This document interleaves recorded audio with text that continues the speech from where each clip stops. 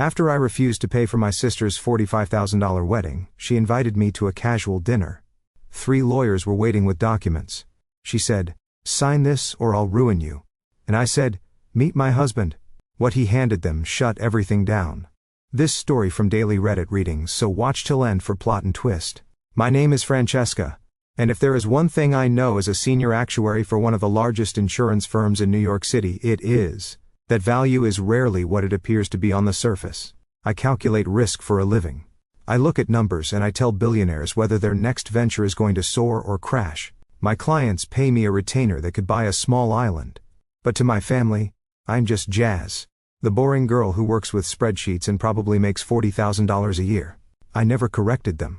In my family, silence is not just golden, it is a survival strategy. That Sunday morning I sat in a booth at Sarah Beth's near Central Park, staring at a menu where the avocado toast cost $24. I calculated the markup in my head automatically. $3 for the bread, 50 cents for the egg, maybe $2 for the avocado. The rest was paying for the location, the brand, and the privilege of being seen by people who pretended not to notice you. I took a iced tea and checked my watch. They were 20 minutes late. This was standard operating procedure for the Williams women. Being late was their way of establishing dominance. Finally, the glass door swung open, and in walked a parade of chaos disguised as high fashion. My sister Tiana was leading the charge. She was wearing a dress that screamed for attention, a neon pink number with cutouts that were perhaps a bit too ambitious for a Sunday brunch. On her arms swung a quilted black bag with the famous interlocking C logo.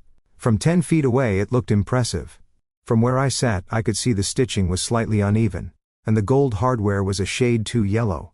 It was a Canal Street knockoff, but Tiana carried it like it held the nuclear codes. Behind her trailed my mother Beatrice, looking like she was on her way to a church service, where the dress code was competitive holiness. And bringing up the rear was Connor, my future brother-in-law. The man Tiana had been gushing about for 6 months. The man who was supposedly a vice president at a hedge fund. He was tall with that specific kind of confident slouch that suggests he has never been told no in his life. He wore a navy blazer with gold buttons and loafers with no socks. They arrived at the table in a flurry of air kisses and perfume that smelled like vanilla and desperation. Tiana slid into the booth opposite me, and immediately pulled out her phone. She did not say hello. She held the phone up high, finding her light. "Hey guys, we are here at Sarah Beth's, with the fam for a little wedding planning meeting." Tiana chirped into the screen, her voice rising an octave to that fake influencer pitch. "So excited to show you all the details, stay tuned." She ended the video, and her smile dropped instantly. She looked at me, and frowned. "You could have dressed up a little, Jazz. It is Sarah Beth's, not a cafeteria." I looked down at my simple linen blouse and tailored trousers. They were from the row, and cost more than Tiana's entire outfit combined. But they did not have logos plastered all over them, so to my sister they were invisible. "I am fine, Tiana," I said calmly. "You are late." "Traffic was a nightmare," Connor interjected, sliding in next to Tiana. He did not apologize. He just signaled the waiter with a snap of his fingers that made my skin crawl. "Garçon, we will start with a bottle of the Veuve Clicquot, the vintage if you have it." I watched him carefully. Connor Sterling, the man with the prestigious last name, and the vague job description. He rested his hand on the table, and my eyes went straight to his wrist. A Rolex Submariner. It was heavy and shiny. But as I watched the second hand, I saw it tick. Tick tick tick. A real Rolex has a sweeping movement. It glides. Connor's watch was ticking like a time bomb of insecurity. So Francesca, Connor turned his gaze to me, a smirk playing on his lips. "Tiana tells me you are still doing the data entry thing. What is it called again?" "An actuary." "Sounds thrilling." I took a slow sip of my tea. "It is risk assessment, Connor. I analyze financial probabilities. Write data." Connor waved his hand dismissively. "I could never do that. Boring office work. In the hedge fund world, it is all about instinct. You have to have the gut for the big kills. I just closed a deal last week that would make your head spin. 7 figures. "That is impressive," I said, keeping my face completely neutral. "Which fund are you with again?" "Oh, a boutique firm downtown," Connor said vaguely, taking a gulp of the water. "Very exclusive. We manage private wealth for old money families. You would not know them." My mother beamed at him, patting his arm. "Connor is so talented, Francesca. He is going to take such good care of Tiana." Unlike some men we know. That was a jab at my husband Malik. My mother had never forgiven Malik for showing up to our first family dinner in a hoodie and jeans. She decided then and there that he was a low-level IT technician. I never told her that Malik owns the tech consulting firm and charges $500 an hour just to pick up the phone. I learned a long time ago that my mother only loves money she can borrow. If she knew our real net worth, she would drain us dry. So, she continued, her eyes narrowing at me. We are not here to talk about work. We are here for the wedding. Tiana, show your sister the vision. Tiana pushed aside her cutlery and hefted a massive white binder onto the table. It landed with a heavy thud. On the cover in gold glitter glue were the words, Tiana and Connor. A love eternal. She opened the binder with the reverence of a priest opening a Bible. Okay, so obviously we are booking the plaza, Tiana announced. I choked slightly on my ice cube. The plaza. Yes, the plaza, Connor said, leaning back and spreading his arms. Nothing else is good enough for my princess. We need a venue that matches the Sterling family legacy. I looked at his ticking watch and wondered if the Sterling legacy came with a warranty. The deposit is already down, Tiana said, quickly flipping past the venue page. But here is where we need to talk details, specifically the floral arrangements. She turned the page to a mood board filled with cascading white peonies, rare orchids, and walls of white roses. It looked like a botanical garden had exploded inside a ballroom. I want a winter wonderland theme, Tiana explained, her eyes gleaming. But in June. So we need to import specific peonies from Holland, and the orchids have to be flown in from Thailand 2 days before the ceremony to ensure freshness. That sounds lovely, I said cautiously. And expensive. Quality costs. Francesca Connor sneered. Something you might not understand with your department store budget lifestyle. But in our world, presentation is everything. Tiana tapped a manicured fingernail on a spreadsheet at the bottom of the page. So the florist quoted us this morning. It is a steal, honestly. I leaned forward to look at the number. My brain, which processes numbers faster than I process emotions, stopped for a second. $45,000, I read aloud. Tiana, that is $45,000. Just for flowers. For the flowers, the installation and the teardown, she corrected. And the preservation of my bridal bouquet. It is a package deal. That is more than most people make in a year, I said, keeping my voice level. Oh, do not be such a buzzkill, Jazz, my mother snapped. This is your sister's special day. She deserves the best. She is the first one in this family to marry into real status. We have to make a good impression on Connor's family. I looked at Connor. If he was so rich, why were we having a meeting about the budget? So I said, leaning back, why are you showing me this? If the deposit is paid and the plan is set, congratulations. It looks beautiful. The table went silent. Tiana looked at Mom. Mom looked at Connor. Connor looked at his fake Rolex. Well, Tiana started, her voice dropping that fake influencer tone, and adopting the wheedling whine I had known since childhood. Here is the thing, Jazz. Mom's money is tied up in the house renovations right now, and Connor's assets are all illiquid. You know how it is with investments. You can not just pull cash out whenever you want. I did know how it is with investments. I also knew that illiquid assets was code for broke. So Connor said, taking charge. We discussed it, and we decided that as the big sister, it would be a great honor for you to sponsor the floral arrangements. Sponsor, I repeated. You want me to pay $45,000 for flowers. Think of it as your wedding gift, Tiana said, smiling brightly as if she had just offered me a favor. Mom said you have been saving up since you never go on vacations or buy nice clothes. You probably have that much sitting in a checking account doing nothing. My mother leaned in her face, settling into a mask of serious piety. Francesca, the Bible says, to whom much is given, much is expected. You have no children, you have no responsibilities. Your husband works in computers, so I know he is not bringing much to the table. But you have your steady little job. It is time you stepped up for this family. You have always been the selfish one, keeping your money to yourself while your sister struggles to build a life. Struggles. I thought, looking at her fake Chanel bag and her fresh manicure. Let me get this straight, I said slowly, making sure I understood the audacity of the request. You want me to write a check for $45,000? Today. For flowers that will die in 12 hours. Because Connor is too rich to pay for them and Mom is too poor to pay for them.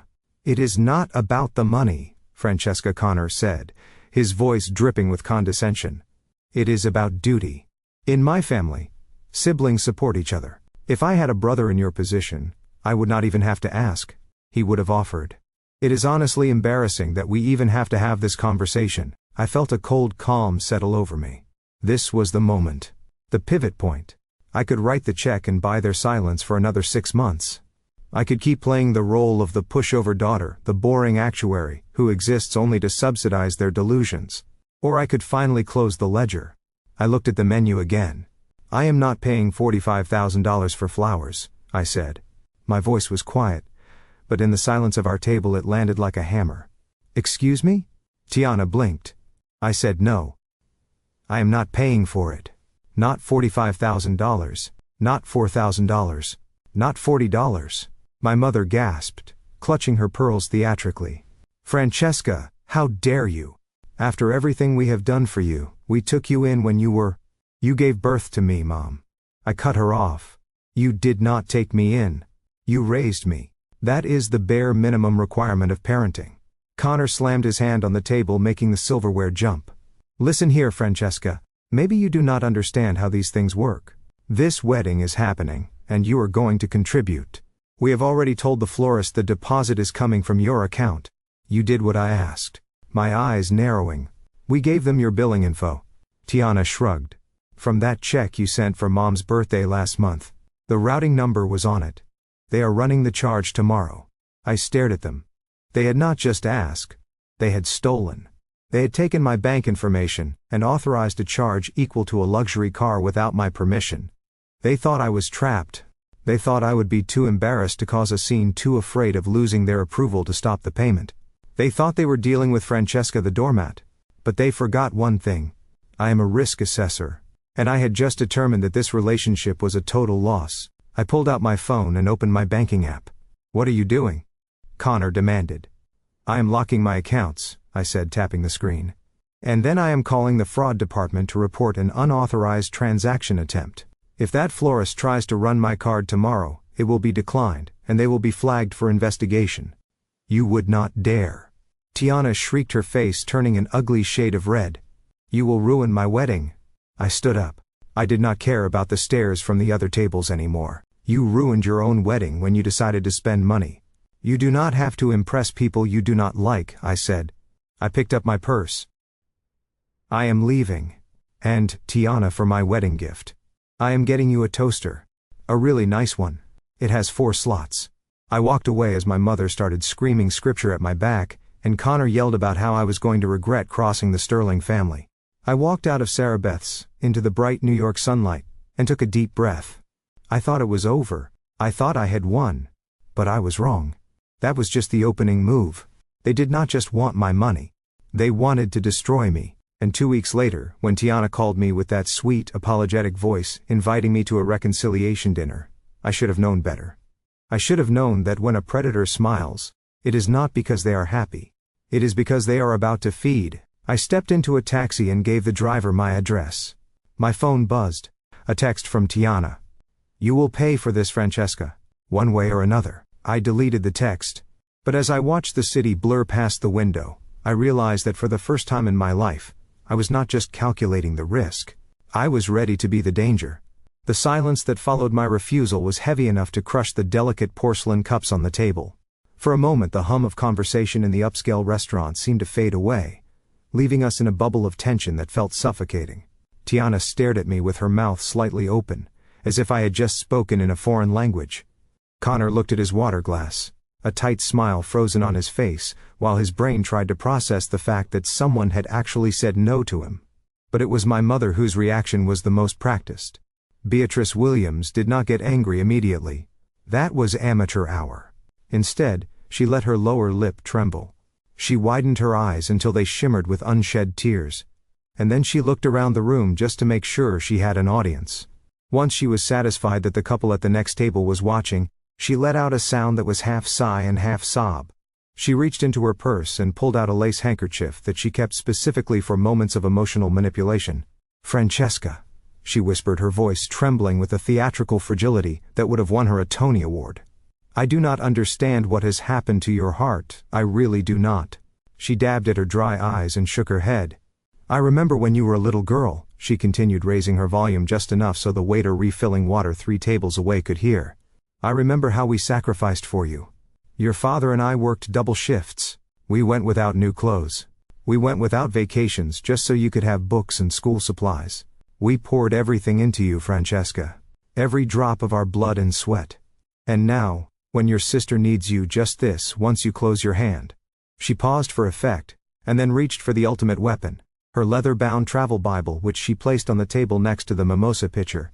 The good book says, "To whom much is given, much is required," she quoted, looking at me with a mix of judgment and pity. It says, "Honor your father and mother so that your days may be long." Are you honoring us, Francesca? Is this how you honor the family that made you?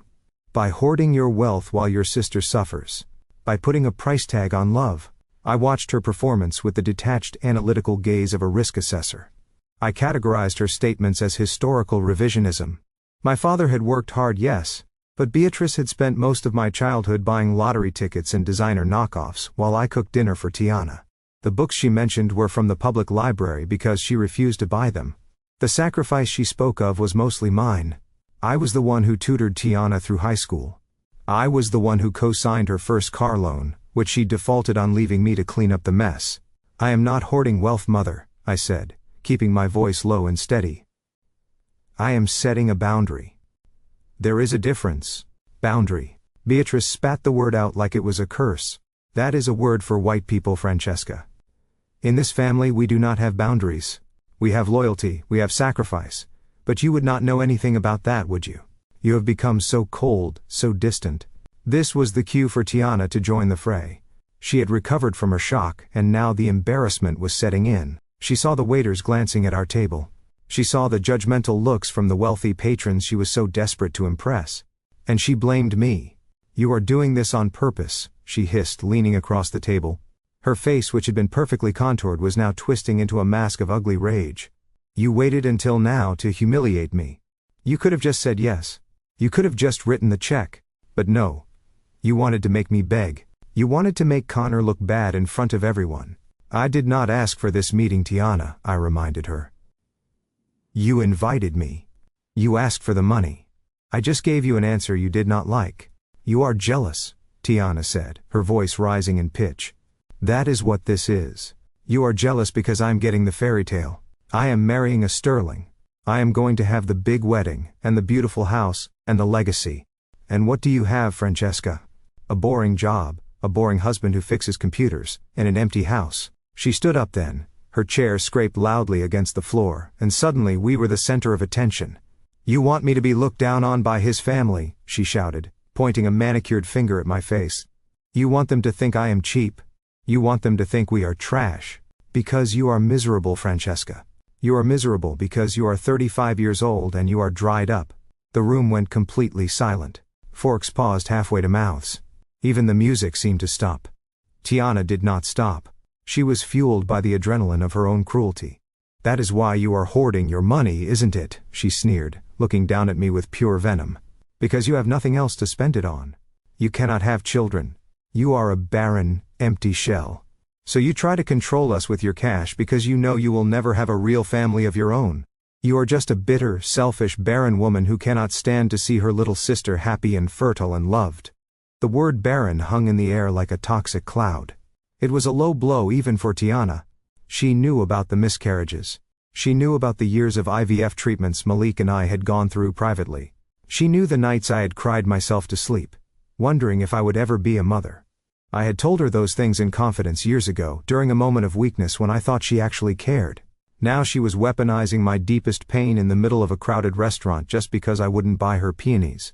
I felt a physical blow to my chest, a sharp ache that threatened to double me over. My hands trembled beneath the table. I wanted to scream. I wanted to flip the table and shatter every glass in the room. I wanted to hurt her back. But then I looked at Connor. He was sitting there with a small smirk on his face. He was not embarrassed by his fiancée's outburst. He looked entertained. He looked superior. He took a sip of his wine and swirled the glass, looking at me with eyes that were cold and calculating. Ladies, please, he said, his voice smooth and dripping with condescension. There is no need for such theatrics. He turned his gaze to me. Look, Francesca, let us be adults here. I understand that $45,000 seems like a monumental sum to you. For people in your bracket, it is a lot of money. I get it. You have to count your pennies. You have to save for your retirement, because you do not have generational wealth to fall back on. He leaned forward, his fake Rolex glinting under the chandelier. But you have to understand who you're dealing with. For the Sterling's $45,000 is a rounding error. It is pocket change. I dropped that much on a guy's trip to Vegas without blinking. The only reason we are asking you is out of tradition. We wanted to give you a chance to be part of something elevated, something high class. I thought you had a little more dignity than this. I thought you wanted to prove that you could belong at our table. But I guess you cannot buy class, can you? He chuckled, shaking his head, as if he were disappointed in a slow child. I looked at him. I looked at the man who claimed $45,000 was pocket change yet was currently wearing a suit that did not fit properly in the shoulders. I looked at the man who claimed to have generational wealth yet was bullying his fiancée's sister into paying for flowers. The pain in my chest vanished. It was replaced by a clarity so sharp it felt like ice water running through my veins. They were not family. They were parasites, and they had just made the mistake of trying to feed on a shark. I did not shout. I did not cry. I did not flip the table. I simply raised my hand and signaled the waiter. The young man rushed over looking terrified. He had clearly heard everything, and was probably praying I wouldn't make a scene. "Check, please," I said calmly. "Separate checks," the waiter blinked. "Separate checks, ma'am?" "Yes," I said. "I will be paying for my iced tea. The rest of the table will cover their own bill." My mother gasped. "Francesca, you cannot leave us with this bill. We ordered the vintage champagne." "That sounds like a problem for people with generational wealth," I said, not looking at her. I pulled out my black American Express Centurion card. The waiter's eyes widened slightly when he saw it. It was a card invited only to high net worth individuals, the kind of card Connor had probably only seen in movies. I placed it on the tray. "Run it for the tea," I said. "And add $100 tip for yourself. I apologize for the noise at this table." Tiana was still standing, breathing heavily, her face blotchy. She realized suddenly that I was actually leaving. She realized that the $45,000 was not coming. She realized that the $300 brunch bill was about to land in her lap, and her credit cards were maxed out. "You are not leaving," she shrieked. "You cannot just walk away. We are family." I signed the receipt with a steady hand. I stood up, smoothing the wrinkles in my linen trousers. I picked up my purse and walked around the table to where Tiana stood. She flinched as if she thought I was going to hit her. But I just leaned in close so only she could hear me. The smell of her cheap vanilla perfume was overwhelming, but I didn't back away. I looked her dead in the eye. "You said I was barren, Tiana. Maybe I am, but at least I am not empty. You are drowning in debt, you are marrying a fraud, and you are selling your soul for a wedding you cannot afford." I paused, letting the words sink in. "And as for your gift, I meant what I said. I am getting you a toaster. It is the only thing you are going to get from me that has any warmth." I straightened up and looked at Connor one last time. "Nice watch, Connor," I said loud enough for the table to hear. "But you might want to get the battery checked. Real Rolexes do not tick." I turned on my heel and walked toward the exit. Behind me, chaos erupted. "Francesca, get back here," my mother screamed. "You are dead to me," Tiana yelled, her voice cracking. "Do not show your face at my wedding. I hate you." I heard Connor arguing with the waiter, trying to explain that his cards were in his other wallet. I heard the sound of glass breaking. I heard the whispers of the other diners.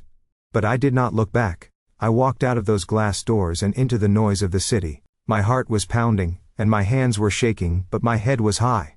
I had just cut the cord. I had just severed the tie. It hurt. God, it hurt. But as I hailed a cab and climbed inside, I realized something else.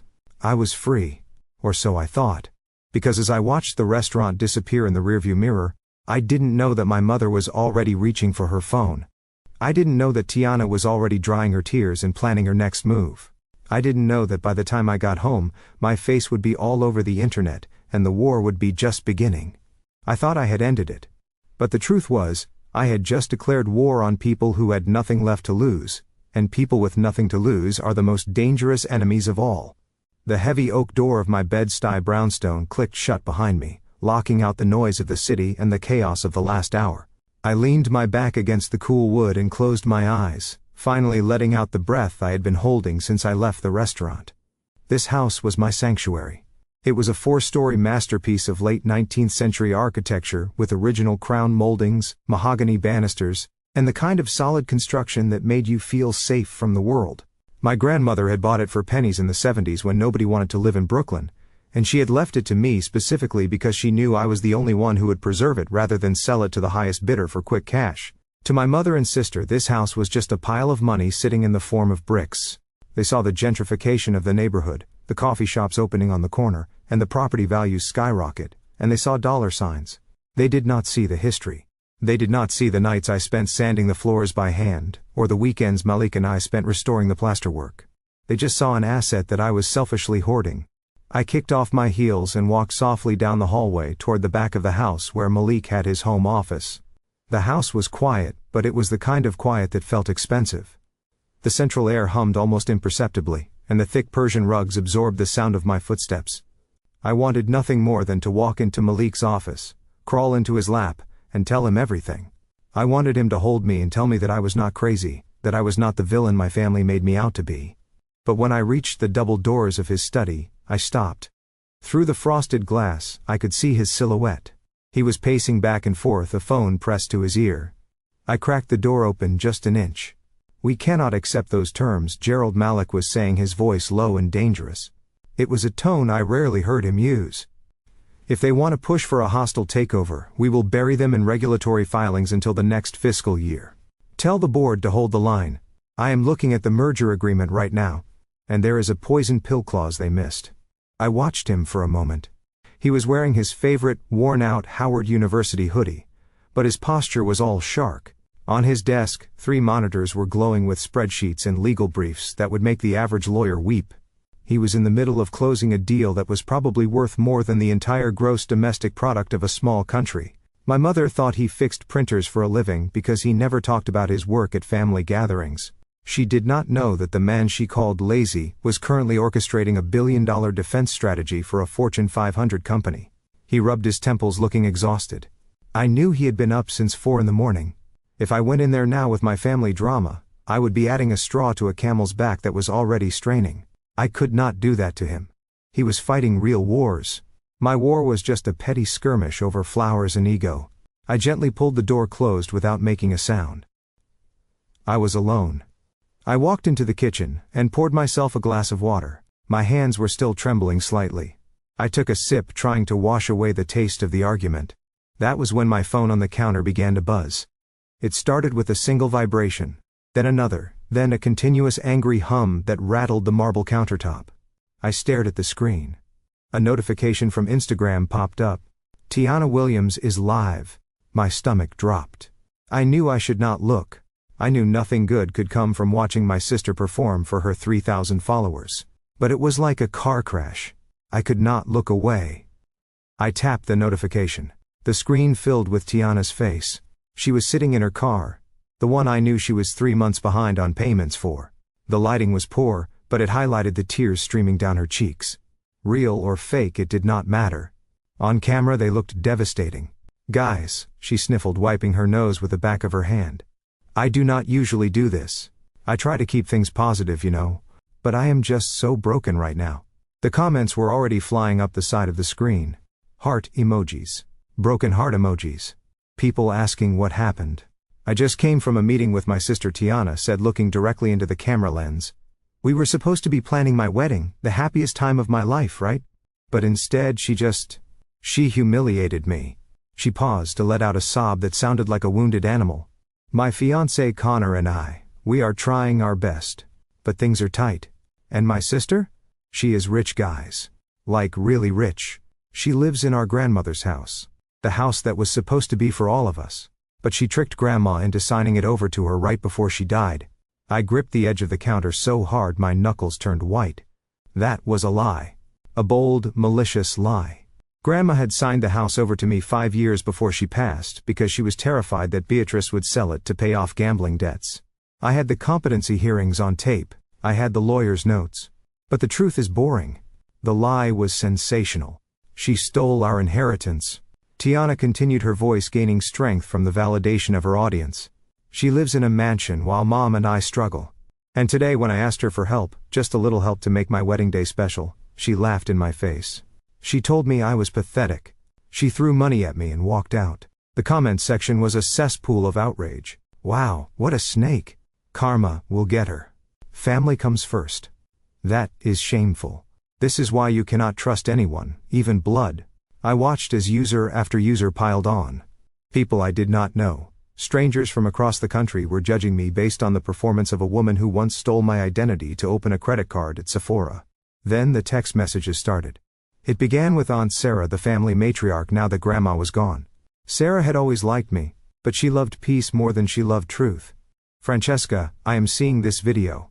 Please tell me you did not leave your mother and sister with the bill. You have so much, and they have so little. Fix this. Then came my cousin Marcus, who owed me $2,000 I knew I would never see again. You are foul for that, Jazz. Mom is crying watching this. You need to apologize and cut that check. Do not forget where you came from. Then came the messages from numbers I did not even have saved. Distant relatives, friends of the family, people who had not spoken to me in a decade but felt entitled to weigh in on my character. Selfish, bougie, sellout, Oreo. That last one stung the most. It was the insult they always used when I succeeded. When I got straight A's, I was acting white. When I got into a top university, I was forgetting my roots. When I bought a brownstone and restored it instead of letting it crumble, I was gentrifying my own history. To them, my success was an indictment of their stagnation. And now Tiana had given them a weapon to attack me with. I put the phone down face down on the counter. The buzzing continued, a relentless drumbeat of notification after notification. I looked around my beautiful kitchen, the custom cabinets I had designed, the vintage stove I had hunted down in an estate sale, the light pouring in from the garden window. It was everything I had ever wanted. It was the physical manifestation of my hard work and discipline. So, why did I feel so small? I felt the walls closing in. The silence of the house, which had been a comfort minutes ago, now felt oppressive. It felt like isolation. I was the girl in this big house on the hill, and down in the village the townspeople were lighting their torches. I wanted to march into the living room and turn on the television to drown out the noise in my head, but I knew I would just see Tiana's face in my mind. I wanted to call my best friend getting drinks in the city. But I was too ashamed to explain that my own sister was publicly dragging me through the mud. So I stood there in the middle of my $1 million kitchen, feeling like the poorest woman in the world. I walked over to the fridge and opened it, staring blindly at the contents. I wasn't hungry, I just needed to look at something orderly. Rows of sparkling water. Fresh vegetables in the crisper. Containers of meal prep that Malik and I had made on Sunday. Order. Logic. Structure. My family was chaos. They were a hurricane that swept through and destroyed everything in its path, demanding that you thank them for the rain. I closed the fridge and leaned my forehead against the cool stainless steel. Be the bigger person. That was what everyone always said. Just apologize. Just pay the money, keep the peace. But peace at the expense of my dignity wasn't peace. It was surrender. The buzzing stopped for a moment, then started again with a different rhythm. A call. I glanced at the screen. It was my mother. I let it ring. I knew exactly what she would say. She would not be angry. That was not her style. When she wanted something, she would be weeping. She would say she was having chest pains. She would say her blood pressure was spiking, and it was all my fault. She would weaponize her health just like Tiana weaponized her tears. I declined the call. Immediately a text appeared. If I end up in the hospital tonight, it is on your hands. I stared at the words. The manipulation was so blatant, so clumsy, and yet it still found that little hook in my heart. The little girl inside me who just wanted her mommy to love her. The little girl who thought that if she was just good enough, smart enough, rich enough, maybe then she would be worthy of affection. But I was not a little girl anymore. I was a 35-year-old woman with a mortgage, a career, and a husband who was currently fighting off corporate raiders in the next room. I took a deep breath and picked up the phone. I did not text back. Instead, I opened my settings. I scrolled down to the blockers. I selected Tiana's number. Block. I selected my mother's number. Block. I selected Aunt Sarah and cousin Marcus. Block. Block. The buzzing stopped. The silence returned. But this time, it did not feel empty. It felt like the silence after a storm has passed. I was alone in the house, yes, but I was safe. I walked over to the window and looked out at the garden. The sun was setting, casting long shadows across the hydrangeas I had planted. They were blooming beautifully. I thought about Tiana's demand for $45,000 worth of flowers that would be dead by morning. My flowers were real. My life was real. And then I saw it. A car pulled up to the curb outside. A black sedan. Not a taxi. Not an Uber. It was an older model beat up with a dent in the passenger door. I recognized it immediately. It was Aunt Sarah's car. They were not just attacking me online. They were coming here. I stepped back from the window, my heart hammering against my ribs. I checked the security panel by the back door. The alarm was set. The doors were locked. But they knew the code. I had given the gate code to Aunt Sarah 2 years ago, when she came to water the plants while we were on vacation. I had never changed it. I watched on the security monitor as the gate clicked open. Aunt Sarah stepped out, followed by my mother. Beatrice did not look like a woman having a heart attack. She looked like a general marching into battle, and behind them was Tiana holding her phone up, presumably still live-streaming the invasion of my home. They were walking up the path to my front door. I looked toward Malik's office. He was still on the phone, pacing faster now. I could not disturb him. I could not let this circus interrupt his work. I had to handle this. I took a deep breath, smoothed down my shirt, and walked to the front door. I did not open it. I engaged the deadbolt audibly. Then I pressed the button for the intercom. "Go away," I said, my voice amplified by the speaker outside. I saw my mother stop on the porch. She looked up at the camera, her eyes narrowed. "Open this door, Francesca," Beatrice demanded. "We need to talk. Family business." "I am calling the police," I said calmly. "You are trespassing." Tiana laughed, a shrill sound that distorted through the speaker. "You are going to call the cops on your own mother? Go ahead. Let everyone see what kind of monster you are." I looked at the monitor. Tiana was filming the door, filming the house, filming her own mother pounding on the wood. I reached for my phone again. But this time I didn't call the police. I opened my email. I found the draft I had written months ago. The one titled, "Cease and Desist." The one I had prepared the last time they tried to extort me, but had been too soft to send. I forwarded it to my lawyer. Then I sent a text to the private security firm that patrolled our neighborhood. Priority 1. Intruder on premises. I watched on the screen as the security patrol car turned the corner, just 30 seconds later. The flashing yellow lights swept across my mother's furious face. The war had moved from the internet to my doorstep. And I was done retreating. The next morning I walked into my office tower in Midtown Manhattan, trying to leave the chaos of my family behind me. My building is a fortress of glass and steel, a place where logic, rules, and emotions are left at the revolving doors. I love the silence of the elevator ride up to the 42nd floor. I love the swipe of my security badge, which granted me access to rooms where billion-dollar decisions were made. Here I was not Francesca, the ungrateful daughter, or the selfish sister. Here I was Francesca Williams, senior partner, and one of the most respected risk assessors in the industry. My office was my sanctuary, with its floor-to-ceiling windows overlooking the Hudson River and the quiet hum of productivity that soothed my frayed nerves. I sat down at my desk and opened a complex file regarding a maritime merger, hoping to lose myself in the actuarial tables. But my piece lasted exactly 45 minutes. The phone on my desk rang. It was the internal line from the lobby security desk. I picked it up, expecting a courier, or perhaps a client arriving early for a meeting. "Miss Williams, I apologize for disturbing you," the security guard Mike said, his voice tight with professional discomfort. "There is a woman down here. She claims to be your mother. She does not have an appointment, and she is refusing to leave until she sees you. She is causing quite a disturbance, ma'am." My stomach dropped to the floor. I closed my eyes and took a deep breath. Of course she was here. I should have calculated this variable. Beatrice Williams did not accept defeat. She viewed boundaries as challenges to be bulldozed. "Is she yelling, Mike?" I asked, keeping my voice calm. "She is crying, ma'am," Mike replied. "She is telling anyone who will listen that her daughter is letting her starve in the lobby, while sitting in an ivory tower. People are staring. I really need you to come down and handle this, or I will have to have her escorted out by the NYPD. Do not call the police," I said quickly. The last thing I needed was my mother being arrested in the lobby of my firm. It would make the industry gossip columns by lunch. "I am coming down." I hung up the phone and walked to the elevator. My legs felt heavy. Every floor that ticked by on the display felt like a descent into hell. When the doors opened on the ground level, I could hear her before I saw her.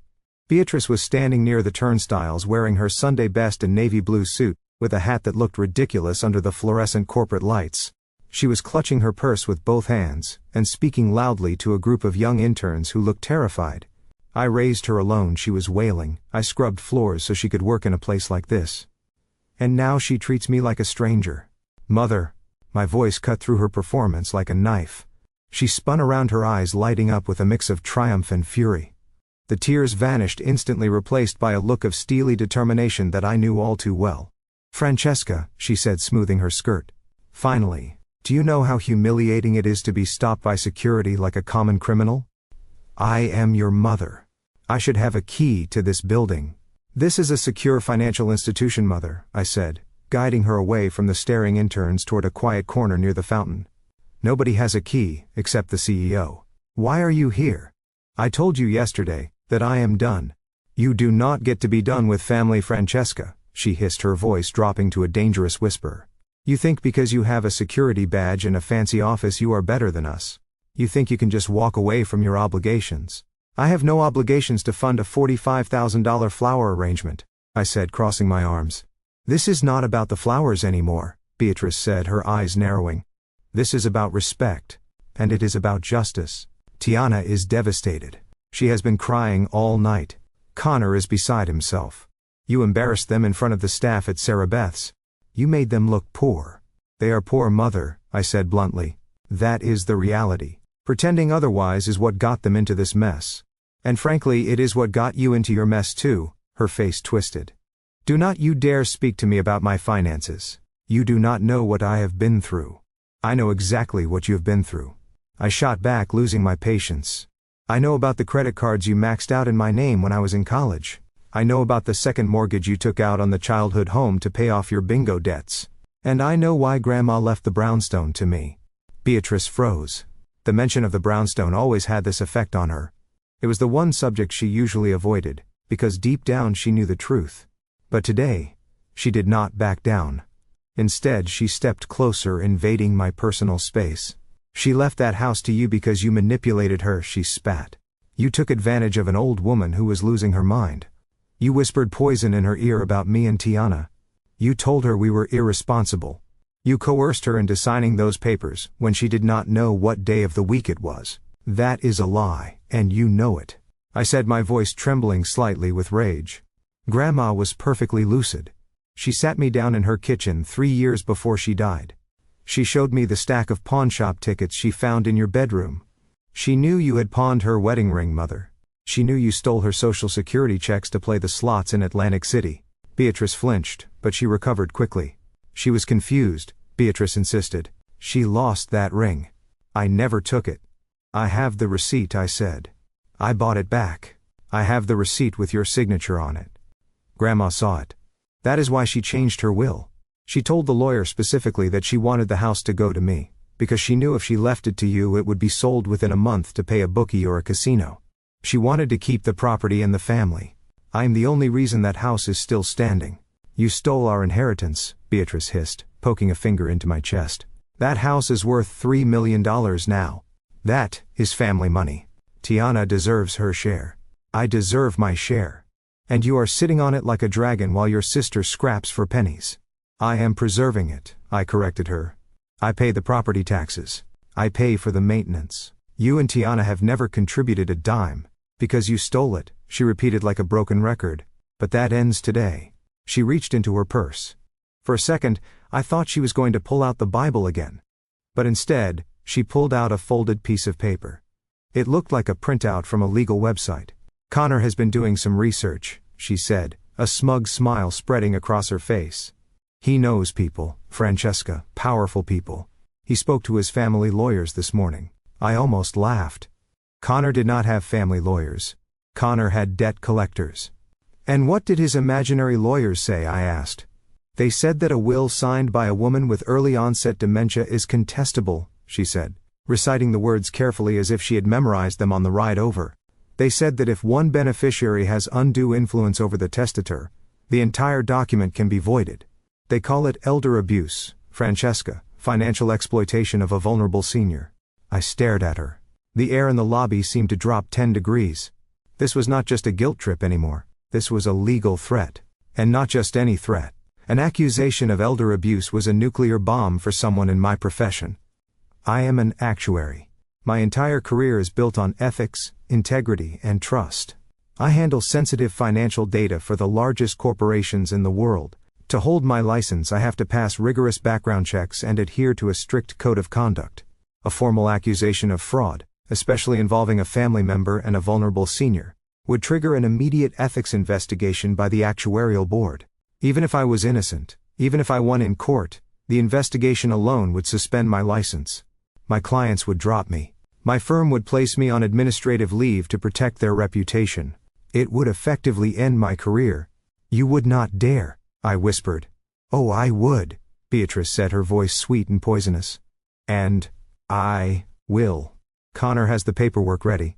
He says all we have to do is file a petition with the probate court.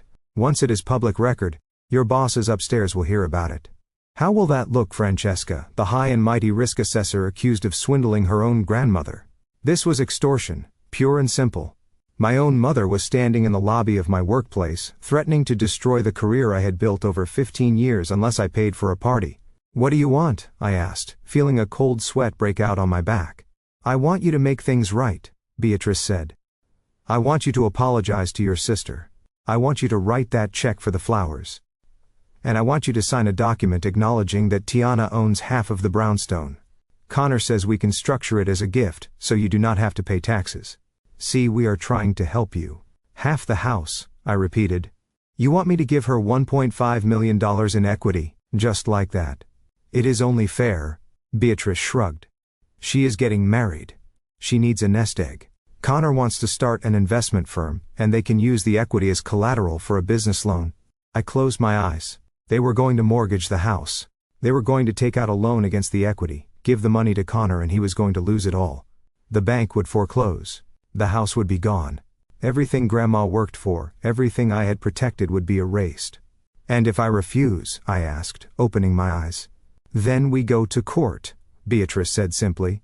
And we go to the press. Tiana has a platform, you know.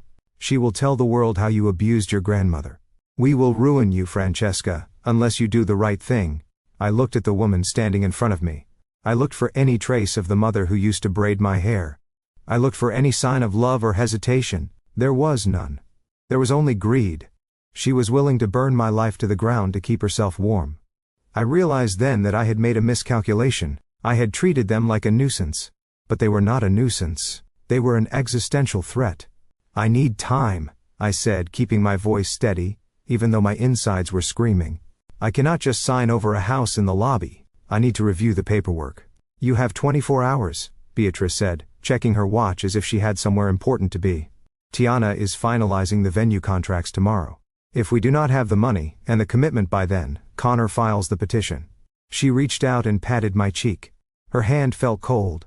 Do not be stubborn, Francesca. We are doing this for your own good. You have been alone too long. You have forgotten how to share.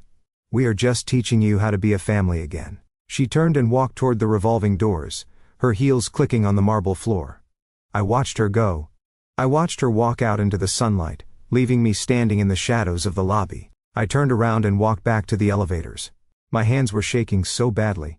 I had to use 2 hands to press the button. Mike, the security guard, looked at me with concern. Is everything all right, Ms. Williams? I looked at him. No, Mike. Everything is not all right. I went back up to the 42nd floor. I walked into my office and closed the door. I sat down at my desk and stared at the file on the maritime merger. The numbers blurred. The probability tables made no sense. I was dealing with a variable I had never encountered before.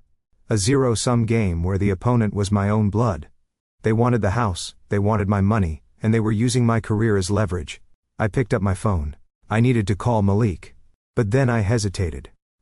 Malik was in the middle of a war of his own. If I told him this, if I told him that Connor and my mother were threatening my license, he would go nuclear, he would destroy them. But in doing so, he might jeopardize his own deal. He might lose focus at a critical moment. I could not put that on him. Not yet. I had 24 hours. 24 hours to figure out how to stop them without blowing up my life. I opened a new browser window. I typed in a name. Connor Sterling. If they wanted to play legal games, I needed to know exactly who I was playing against. Beatrice said. Connor had lawyers. She said he had family money. She said he was a vice president. I started digging.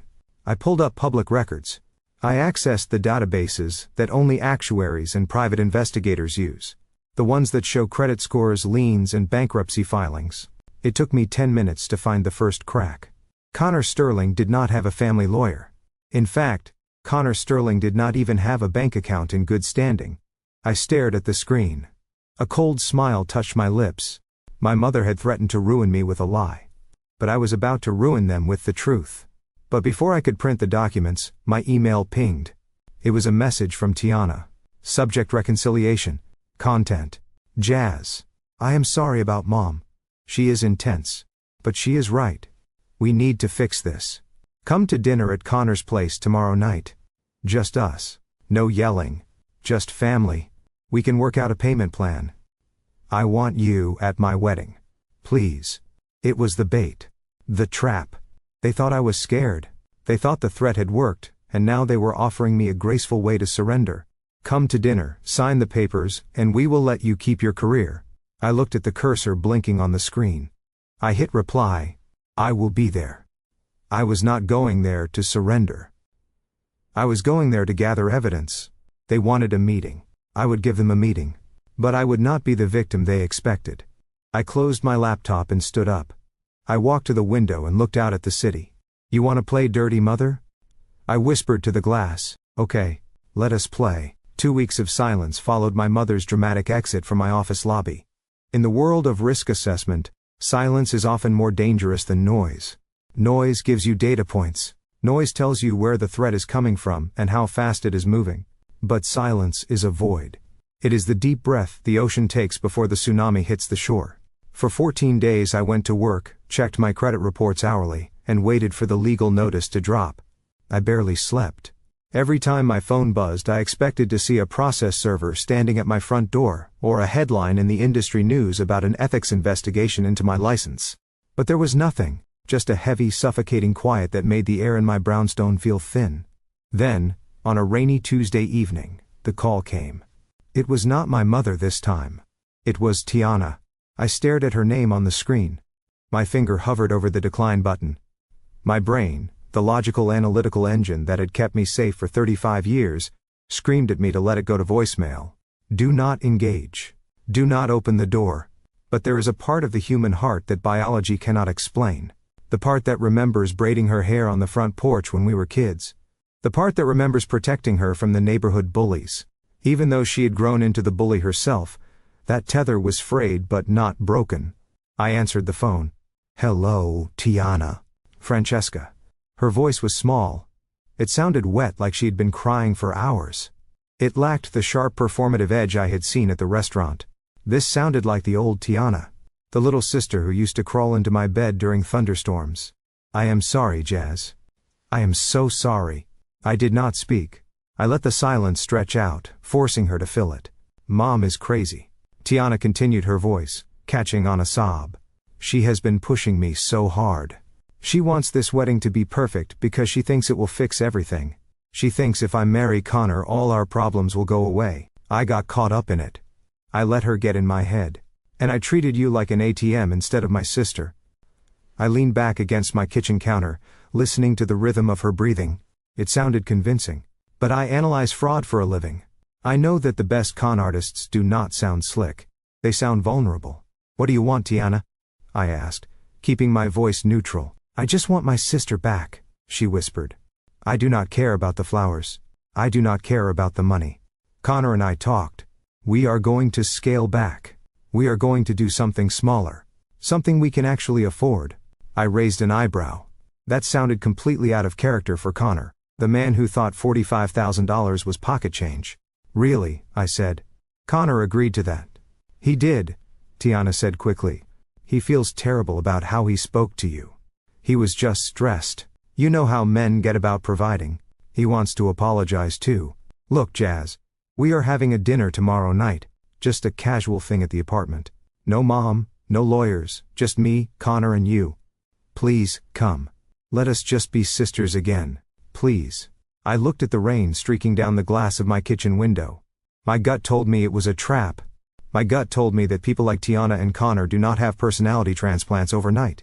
They do not go from threatening legal action to hosting casual dinners unless they have a new angle. Unless they have realized that the stick did not work, so now they are trying the carrot. But I needed to know what the angle was. I needed to see the battlefield. If they were planning to sue me, I needed to look Connor in the eye and see how confident he really was. I needed to see where they lived, how they lived, and what resources they actually had. I will come, I said, but if I see Mom or a lawyer, I am walking out. No lawyers, Tiana promised. Just family. 7 o'clock. I hung up the phone and immediately dialed a number I had not used in years. It belonged to a man named David, a former forensic accountant, who now worked as a private investigator specializing in asset tracing. He was the guy you called when you wanted to find the money a husband was hiding in the Cayman Islands during a divorce. David, it is Francesca Williams. I have a job for you. Name is Connor Sterling, supposedly a VP at a boutique hedge fund. I need to know everything, bank accounts, credit scores, employment history, and I need to know if he has any family money. I can have a preliminary report by Thursday, David said. I need something by tomorrow night, I said, even if it is just the basics. I am walking into a lion's den, David. I need a whip. I will see what I can do, he said. The next 24 hours passed in a blur of anxiety. David texted me at 5 p.m. on Wednesday. Digging now. It is weird, Francesca. This guy is a ghost. No property records. No SEC filings under his name. I'm going deep, but I might not have the full package until the morning. Be careful. A ghost. That was fitting. I dressed for the dinner like I was dressing for a board meeting. A sharp navy blazer, silk blouse and heels that were high enough to be authoritative but low enough to run in if necessary. I told Malik I was going to meet a client. I hated lying to him, but I could not drag him into this until I knew exactly what I was dealing with. If I brought Malik and it turned out to be a genuine apology, I would look like the aggressor. If it was a trap, I wanted to spring it myself. I took a cab to the address Tiana had sent me. It was a building in Tribeca, one of those glass needles that pierced the sky. The lobby was impressive. Floors of Italian marble, a doorman who looked like a Secret Service agent, and a scent of white tea pumped through the vents. This was serious money.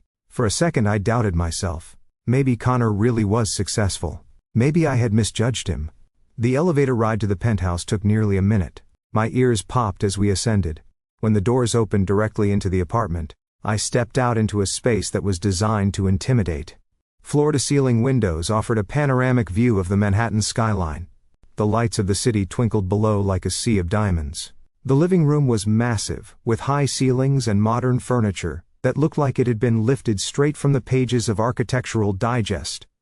Tiana and Connor were waiting for me. Tiana was wearing a simple dress, looking modest and repentant. Connor was in a cashmere sweater pouring wine into a crystal decanter. Francesca, Tiana said, walking over to hug me. Thank you for coming. I let her hug me. Her body felt tense. She was vibrating with a nervous energy that she was trying hard to suppress. Hello, Tiana, I said, stepping back. Connor. Francesca. Connor nodded, offering me a glass of red wine. Reckless of me to assume you drink red, but this is a lovely Cabernet I have been saving. Please. I took the glass. I did not drink. I began to walk around the room, letting my eyes scan the environment. I put on my actuary glasses. I stopped looking at the overall picture, and started looking at the data points. The first thing I noticed was the art. On the far wall there was a massive abstract painting, splashes of red and black. It looked like a Rothko. It was framed in heavy black wood. To the untrained eye, it screamed millions of dollars. But I stepped closer. I tilted my head looking at the surface of the canvas under the track lighting. Real oil paintings have texture. You can see the brush strokes the ridges where the paint layers over itself. Even an old painting has a topography. This surface was completely flat. It was smooth. It was a print. A high-quality print, yes, perhaps canvas transfer, but it was ink, not paint. It was a poster masquerading as a masterpiece. Interesting piece, I said, turning to Connor. Is it an original? Connor chuckled, swirling his wine. Oh, that old thing. It is a study by a local artist I support. I have the Sirius collection in storage. The humidity in New York can be brutal on oils, you know. I nodded, filing that away. Lie number 1. Nobody keeps the fake art on the wall and the real art in storage unless they do not have real art. I walked toward the seating area. There was a large white rug anchoring the room. It looked plush and inviting. But as my heels sunk into it, I felt a distinct friction. Static. I looked down. The fibers had a synthetic sheen. Wool absorbs light. Silk reflects it softly. This material was reflecting the overhead lights with a harsh plastic glare. And in the corner near the sofa leg, the rug was curling slightly upward. A high-end Persian or wool rug lays heavy and flat. It has weight. This was polyester. It was a machine-made rug, likely bought from a staging company or a big box store. It was the kind of rug you buy when you want the look of luxury without the price tag. Lie number 2. Then I lifted the wine glass to my lips. I did not drink. I inhaled. Connor had made a show of pouring it from a crystal decanter hiding the bottle. He called it a lovely Cabernet. A good Cabernet has notes of blackcurrant oak, maybe a hint of tobacco. It smells deep. This smelled like sugar and rubbing alcohol. It had that sharp, stinging scent of a wine that has been mass-produced with added sulfites to preserve it on a grocery store shelf. It was $2 Chuck, dressed up in crystal. Lie number 3. I looked around the rest of the room. There were no personal photos. No books on the shelves that looked like they had been read. The coffee table books were perfectly aligned as if placed by a ruler. There was no clutter. No mail on the counter. No keys near the door. This was not a home. This was a stage set. It hit me with the force of a physical blow. They did not live here. Or if they did, they were renting it furnished, probably on a short-term lease. This was a facade built to convince me that Connor was a man of means. They were trying to dazzle me with the view so I wouldn't look at the details. But details are my business. I turned back to them. Hurned. They were watching me closely. Tiana was twisting her ring. Connor was smiling that tight shark-like smile. Beautiful place, I said, keeping my voice light. How long have you lived here? Oh, about 6 months, Connor said casually, leaning against the marble fireplace, which I noticed was clean of any soot or ash. I picked it up for a steal. The market in Tribeca was soft last year, so I grabbed it. You bought it? I asked. Cash, Connor lied effortlessly. Hate mortgages. Interest is for poor people, right? Right, I said. I took a sip of the terrible wine and forced myself to swallow. It tasted like vinegar and deceit. So I said, sitting down on the stiff sofa. Let us talk. You said you wanted to make peace. We do? Tiana said, sitting next to Connor. We want to start over. She reached for a folder on the coffee table. A folder I hadn't noticed before because it was tucked under a magazine. But before we eat, she said, her voice trembling just a little. We have a small favor to ask. Since we are scaling back the wedding, Connor has this incredible investment opportunity. It is a way for us to secure our future, so we never have to ask you for money again. Here it comes, I thought. The pivot.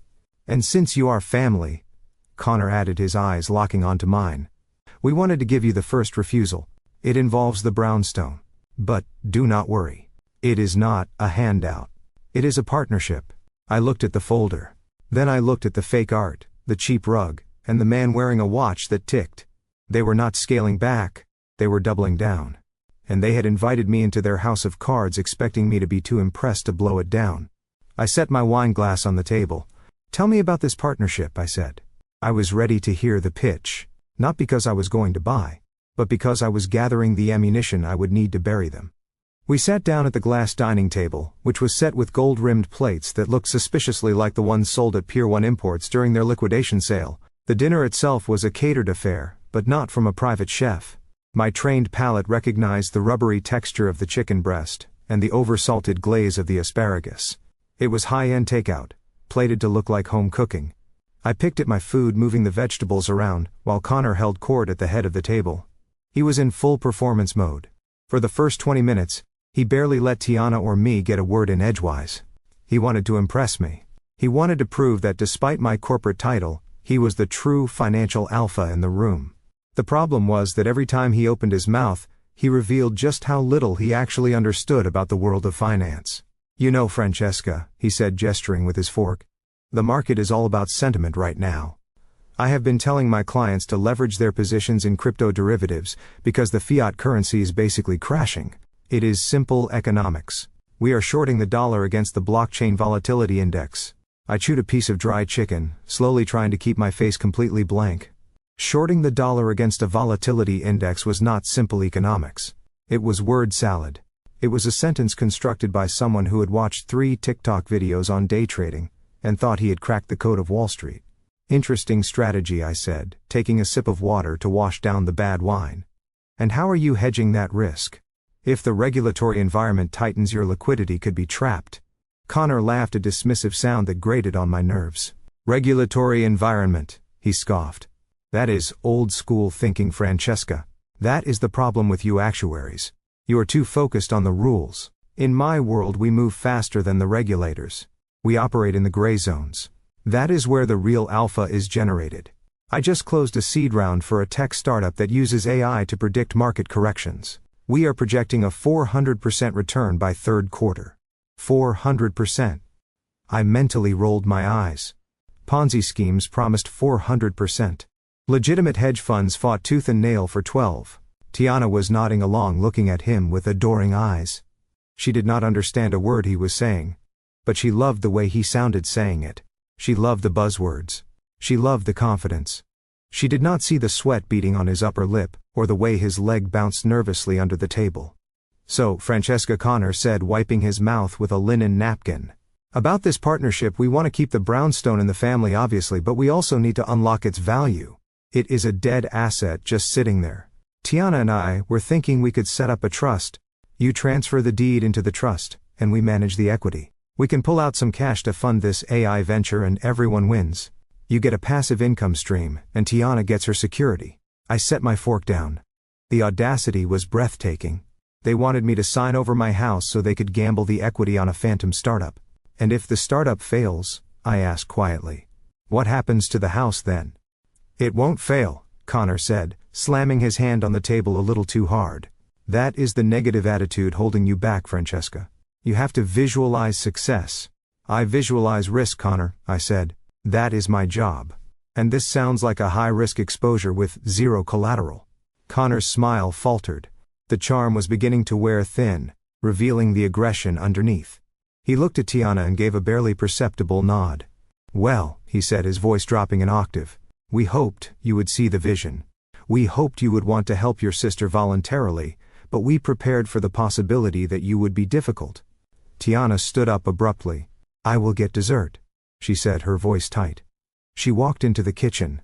I expected her to come back with a cake or a fruit tart. Instead, I heard the distinct click of the front door unlocking. I turned in my chair. The front door opened, and 3 men walked in. They were not the sleek, high-powered corporate attorneys I dealt with at my firm. These men looked like they hunted ambulances for sport. Their suits were ill-fitting, their ties were too wide, and they carried the scent of stale cigarette smoke and desperation. The man in the lead was older, with slick-back gray hair and a face that looked like it had been eroded by years of ethical compromises. He was carrying a thick, expandable file folder. Who are these people? I asked, standing up. My heart began to hammer against my ribs. This was an ambush. Sit down, Francesca, Connor said, remaining seated. He picked up his wine glass, looking relaxed for the first time all evening. I did not sit.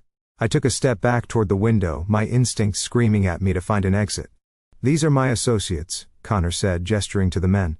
Mr. Henderson and his team. They have been helping us review the discrepancies in Grandma Williams' estate. Mr. Henderson stepped forward and dropped the file onto the glass dining table.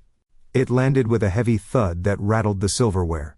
The sound echoed in the silent apartment like a gunshot. Ms. Williams, Henderson said, his voice raspy and unpleasant. We have drafted a civil complaint regarding the disposition of the property located at 412 Decatur Street. We have also prepared a formal petition to the probate court to reopen your grandmother's estate, based on new evidence. What evidence? I demanded, my hands balling into fists at my sides. Evidence of undue influence and elder abuse, Henderson said smoothly.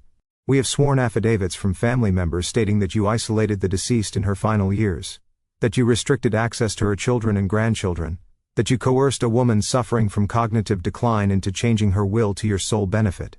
That is a lie, I said, looking at Tiana, who was standing in the kitchen doorway, refusing to meet my eyes. Tiana, tell them it is a lie. You never visited Grandma. You were too busy partying in Miami. I begged you to come see her. Tiana looked at the floor, picking at a loose thread on her dress. I remember it differently, Jazz, she whispered. I remember you telling me not to come. I remember you controlling everything. I felt the blood drain from my face. She was rewriting history. She was gaslighting me in real time. Connor stood up now and walked over to the table. He opened the file. Inside was a stack of legal documents thick enough to choke a horse. Here is the situation, Francesca, Connor said, tapping the paper with his finger. We can file this tomorrow morning. Once we do, it becomes public record. Elder abuse. Fraud. Coercion. Ugly words. Especially for someone with your professional standing. He looked at me, his eyes gleaming with malice. I did some reading on the Actuarial Board of Standards, he continued. They are very strict about ethics, aren't they? Integrity is the bedrock of the profession, blah blah blah. I wonder what happens when a senior partner is accused of swindling her own senile grandmother. I froze. He had found the pressure point. I imagine Connor went on, enjoying every syllable. That your firm has a policy about this. Pending investigations usually means suspension, right? And even if you win in court, which will take years, the stain never really goes away. Who trusts a risk assessor who exploits the elderly? I looked at the documents. The top page was a draft complaint to the Actuarial Board. It was already filled out. All it needed was a signature. This is blackmail, I whispered. Connor shrugged. Call it what you want. I call it a settlement negotiation. He slid a single piece of paper across the table toward me. It was a quit-claim deed. Sign this, he said. It transfers 50% of the brownstone to Tiana effective immediately. We will structure it as a gift. You keep your half. You keep living there. We just take our equity out via a loan. You keep your license, you keep your job, and the family stays happy. And if I do not sign, I ask, my voice trembling with a mixture of fear and rage. Then Mr. Henderson files the papers at 9 a.m. Connor said, checking his watch. And by noon, I make a phone call to the ethics compliance officer at your firm. I have the number right here. I looked at the three lawyers standing like vultures in the living room. I looked at Tiana cowering in the kitchen.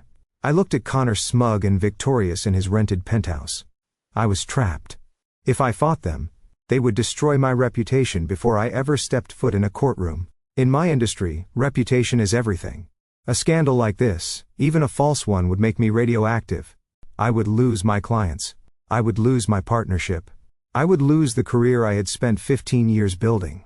But if I signed, I was handing over my grandmother's legacy to a con artist. I was letting them loot the home I had saved.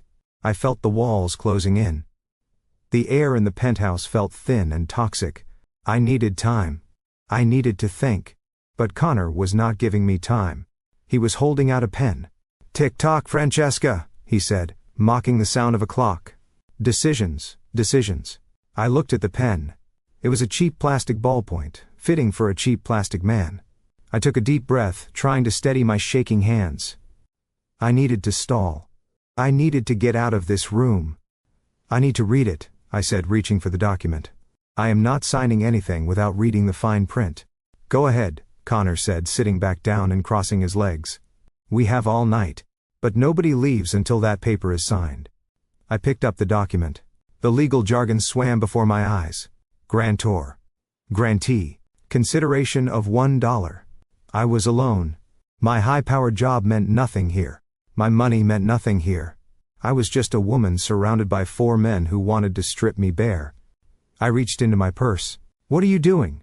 Henderson barked, stepping forward. I am getting my reading glasses, I lied.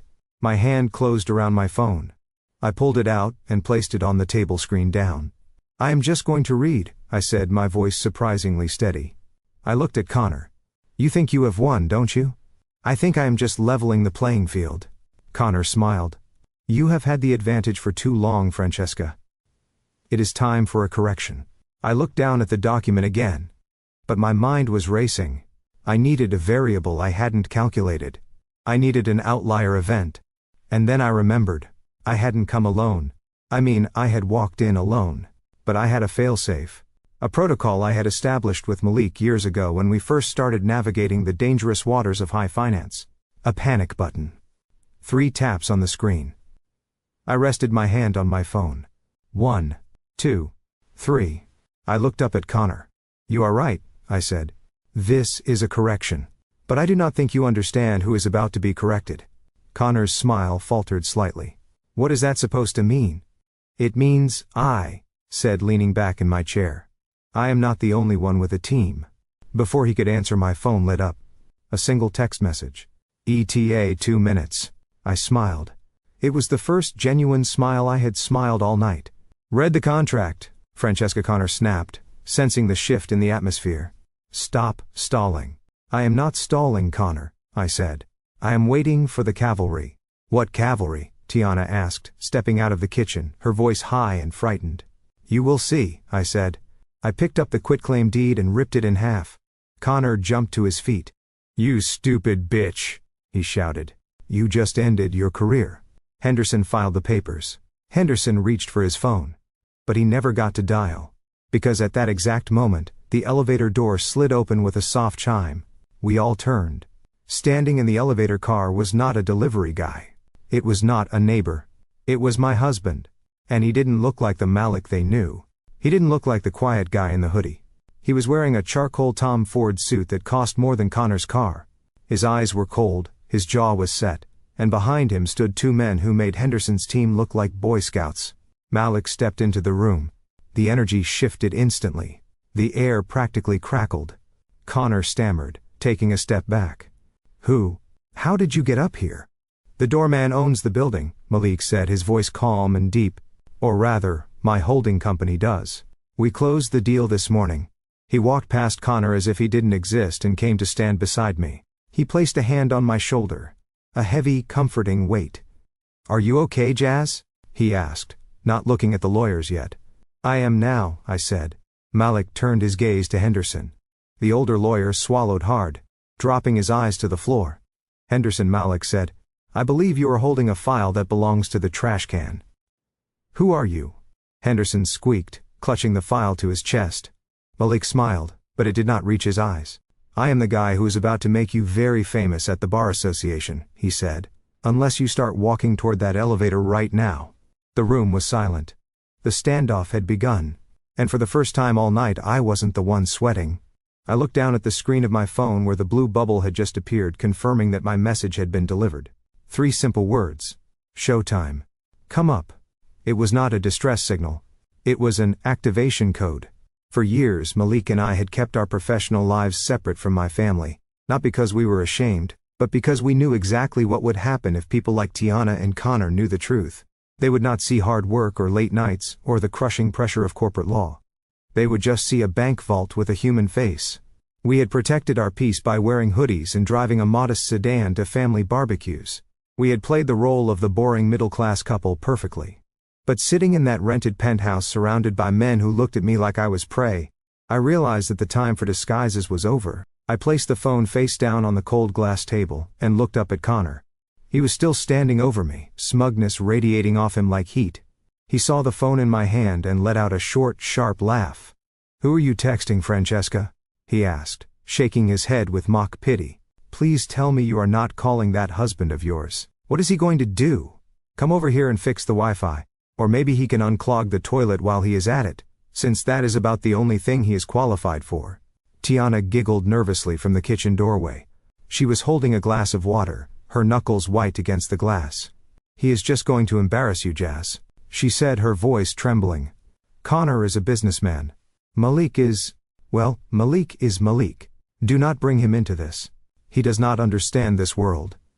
I looked at my sister. She truly believed it. She believed that the man in the polyester suit standing next to her was a king, and the man I went home to every night was a peasant. It was almost tragic. He understands more than you think? I said, my voice steady and calm. Connor sneered. I am sure he does. Maybe I will give him a tip if he gets here fast enough. I have a leaky faucet in the guest bathroom. The 3 lawyers chuckled. It was a nasty sound. A sound of men who thought they held all the cards. Henderson, the older lawyer with the slicked back hair, leaned forward. Ms. Williams, we are losing patience. Your husband cannot help you here. This is a legal matter, not a domestic dispute. Unless he is bringing a check for $1.5 million, I suggest you pick up that pen and sign the deed. You are running out of options. I did not pick up the pen. I picked up my wine glass and swirled the cheap liquid, looking at the way it stained the crystal. I am not running out of options, Mr. Henderson, I said softly. I am just waiting for the upgrade. Connor opened his mouth to make another insult, but the words died in his throat. A soft, melodious chime echoed through the penthouse. It was the sound of the private elevator arriving. The light above the brushed steel doors turned from red to green. Everyone froze. In a building like this, you could not just come up. You needed a keycard. You needed biometric clearance. Or you needed to own the building. The door slid open with a whisper. The air in the room seemed to change instantly. It became heavier, charged with a sudden overwhelming static. Standing in the center of the elevator car was Malik. But it was not the Malik my family knew. It was not the man in the faded jeans and the comfortable sneakers. This was Malik Johnson. He was wearing a charcoal gray three-piece suit that fit him with the kind of geometric precision that only Italian tailors can achieve. It was a Tom Ford custom cut that screamed power not through flashiness but through perfection.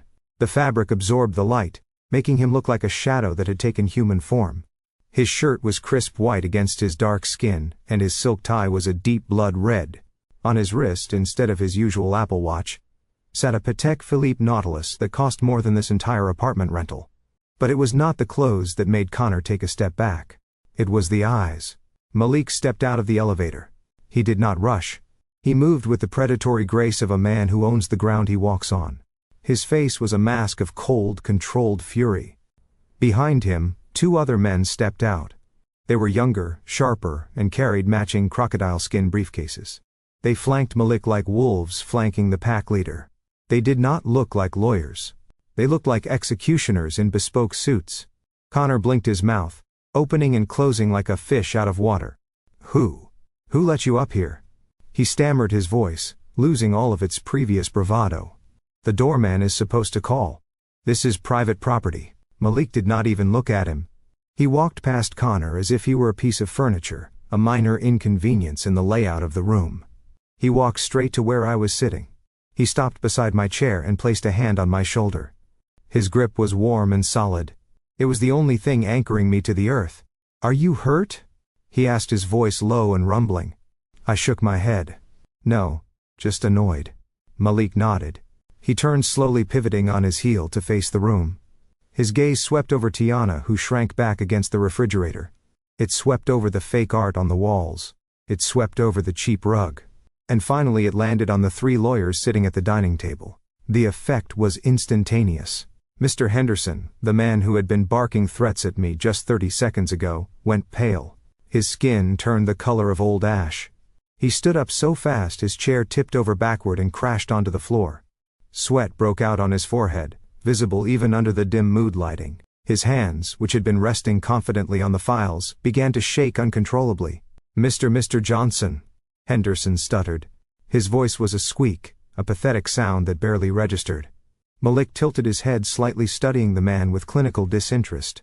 Henderson, he said. The name rolled off his tongue like a judgment. I did not know you were taking freelance work. I thought the partners at Davis and Steinberg kept you on a shorter leash, especially after that malpractice settlement last year.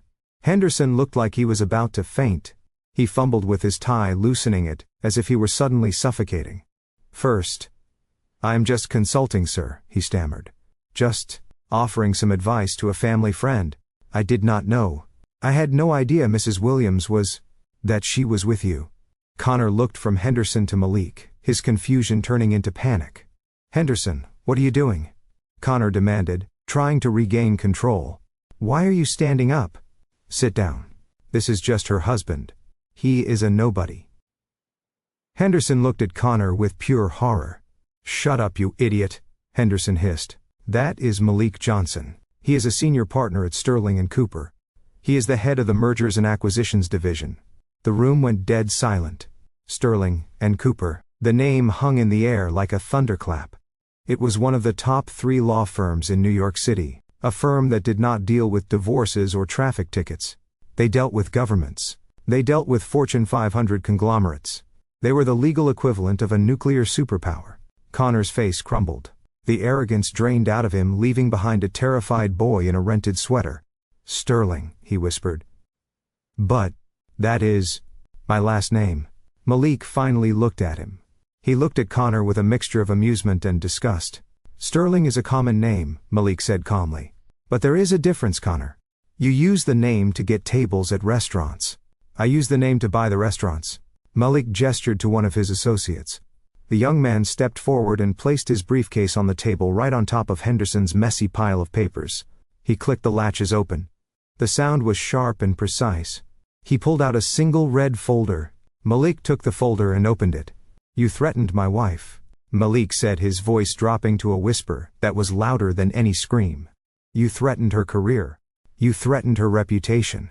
You brought these bottom feeders into a home you do not own to extort a woman who has done nothing but support this ungrateful family. He pulled out a document and slid it across the table toward Henderson. That is a formal complaint to the State Bar Association, Malik said. It details your attempt to use a fraudulent legal threat to coerce a signature on a property deed.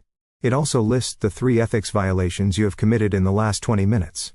My assistant is standing by to file it electronically. All I have to do is say the word. Henderson began to hyperventilate. Please, Mr. Johnson. Please. I did not know. I was misled.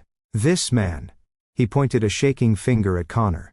He told me it was a standard dispute. He told me the grandmother was mentally incompetent. I was just following instructions. You did not do your due diligence, Henderson Malik said, cold as ice.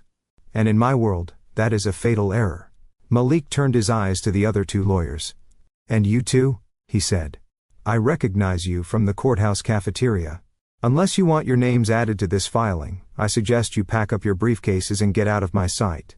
You have exactly 10 seconds before I ruin your career so thoroughly you will not be able to get a job as a paralegal in a strip mall. The 2 younger lawyers did not hesitate. They grabbed their bags, shoving papers in haphazardly. They did not look at Connor. They did not look at Henderson. They scrambled for the elevator button, pressing it repeatedly in panic. But Henderson was frozen. He looked at the document in front of him, then at Malik. First, I can fix this, he whispered. I can withdraw the petition. We never filed it. It was just a draft. It was a weapon, Malik corrected him. You pointed a loaded gun at my wife. You do not get to put it back in the holster and say, just kidding. Malik leaned in close, his hands resting on the table. Get out, he said. Henderson grabbed his things. He ran toward the elevator, pushing past his colleagues. The doors opened, and the 3 of them piled in, terrified to look back. The doors slid shut, and the silence they left behind was deafening. Now, it was just us. Me, Malik, his 2 associates, and Connor, and Tiana. Connor was backing away slowly until his legs hit the sofa. He collapsed onto it looking small and broken. Tiana was weeping silently in the corner, her hands covering her mouth. Malik adjusted his cuffs. He looked at Connor. Now that the garbage has been taken out, he said, his voice returning to that calm, terrifying baritone. Let us talk about who you really are, Connor. Because while my wife was being polite and eating your terrible chicken, my team was running a forensic audit on your entire life. One of the associates handed Malik another file. And let me tell you, Malik said, flipping it open. It is a very interesting read. The air in the penthouse had shifted from the stale scent of cheap wine and desperation, to the ozone charge of an impending storm. Henderson stood there with his hand extended, a sweaty palm offering a truce that did not exist. He looked like a man who had just realized he was trying to sell flood insurance to Noah. He kept his hand out for a second too long, his smile faltering into a rictus of pure terror, as Malik simply looked at it. Malik did not frown. He did not sneer. He looked at Henderson's hand with the same clinical detachment one might use to examine a petri dish, containing a mildly interesting but ultimately repulsive bacteria. He did not break stride. He did not acknowledge the gesture. He simply walked past Henderson as if the man were a coat rack, leaving the lawyer standing there with his arm hanging in the empty air, a monument to his own irrelevance. Malik moved to the head of the table where Connor had been holding court just moments before. Connor scrambled out of the way, tripping over his own feet to vacate the space. My husband placed his briefcase on the glass surface. The sound of the heavy leather hitting the table was soft but authoritative. He did not sit down. He stood looming over the scattered documents, his shadow stretching long across the room. He reached out and picked up the quitclaim deed, the document that they had tried to force me to sign. The paper looked fragile in his large hands. He held it up to the light, adjusting his cuffs with a slow, deliberate movement that drew every eye in the room. Standard boilerplate language, Malik said, his voice a low rumble that vibrated in my chest. Grantor acknowledges receipt of $1. Grantor waives all future claims. He chuckled softly, A dry, humorless sound that was more terrifying than a shout. You know, Henderson, I have seen better legal drafting from first-year law students who are hung over on a Tuesday morning. This is not just predatory. It is lazy. Henderson swallowed hard, his Adam's apple bobbing in his throat. Mr. Johnson, if I could just explain. We were under the impression that this was a mutual agreement. A family matter. We were just facilitating the paperwork. Facilitating. Malik repeated the word, tasting it. Is that what they call extortion these days? Facilitating. He looked at the paper one last time. Then with a sudden violent motion, he ripped it down the middle. The sound of the tearing paper was shocking in the silent room. It sounded like a bone snapping. He put the two halves together and ripped them again. And again. And again. He did not stop until the document that was supposed to steal my inheritance was nothing more than confetti snowing down onto the glass table. That, Malik said, brushing a speck of paper dust from his impeccable suit jacket, is my legal opinion on your offer. He placed both hands on the table and leaned forward, getting into Henderson's personal space. The older lawyer recoiled, the smell of his fear practically radiating off him. Now let us talk about your future, Henderson, Malik said. Because right now it is looking very bleak. You are standing in a private residence attempting to coerce a signature from a woman under duress. You have threatened her professional license, based on a fraudulent claim of elder abuse. And you have done all of this while representing a client who has no legal standing in this property. I was not. Henderson stammered, sweat beading on his upper lip. You or Malik cut him off, his voice sharpening like a blade. I know exactly what you were doing. You were banking on the fact that she was a woman alone. You were banking on her being scared. You were banking on her not knowing the law. But you made a fatal miscalculation. You forgot to check who she goes to bed with.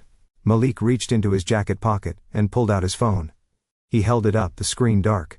I have the number for the head of the State Bar Association on speed dial, Malik said. We play golf on Sundays.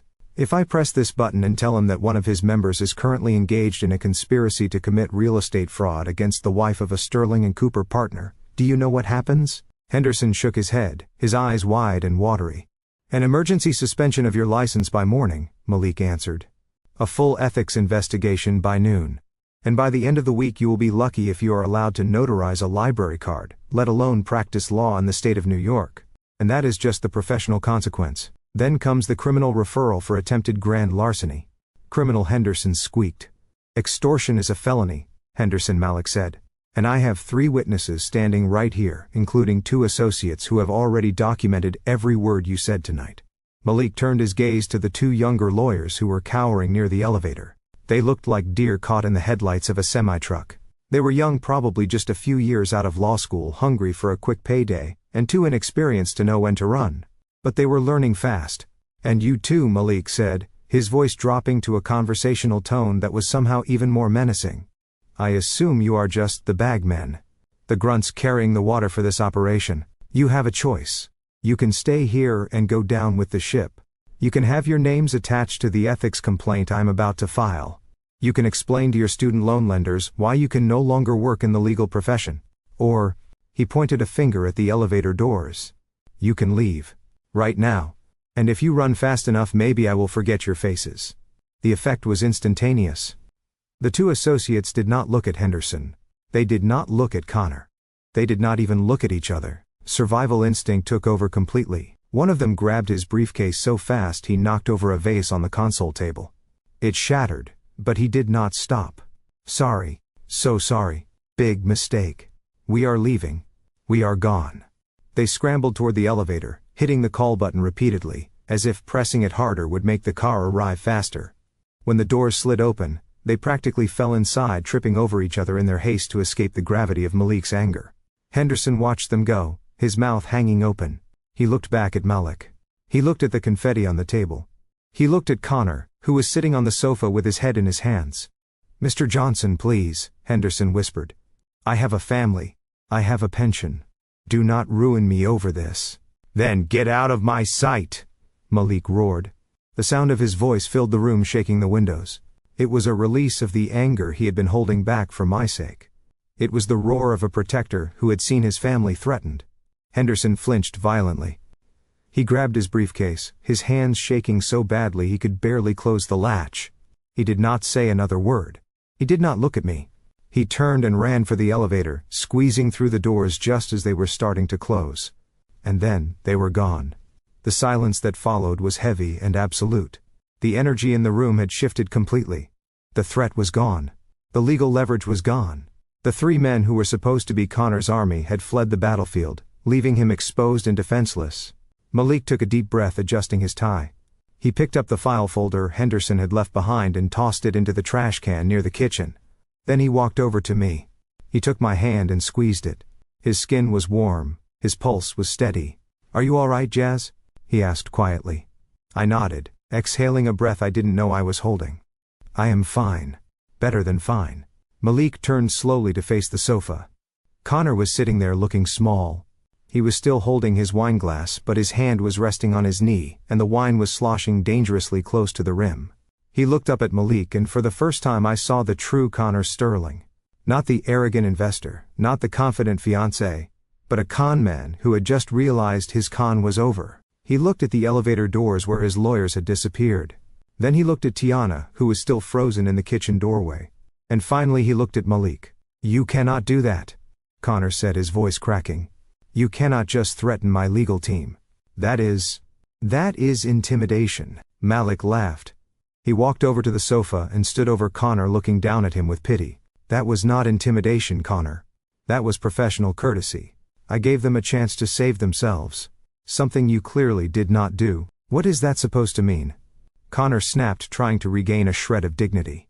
"It means," Malik said, signaling to one of his associates, who stepped forward with a fresh file, "that you are all alone.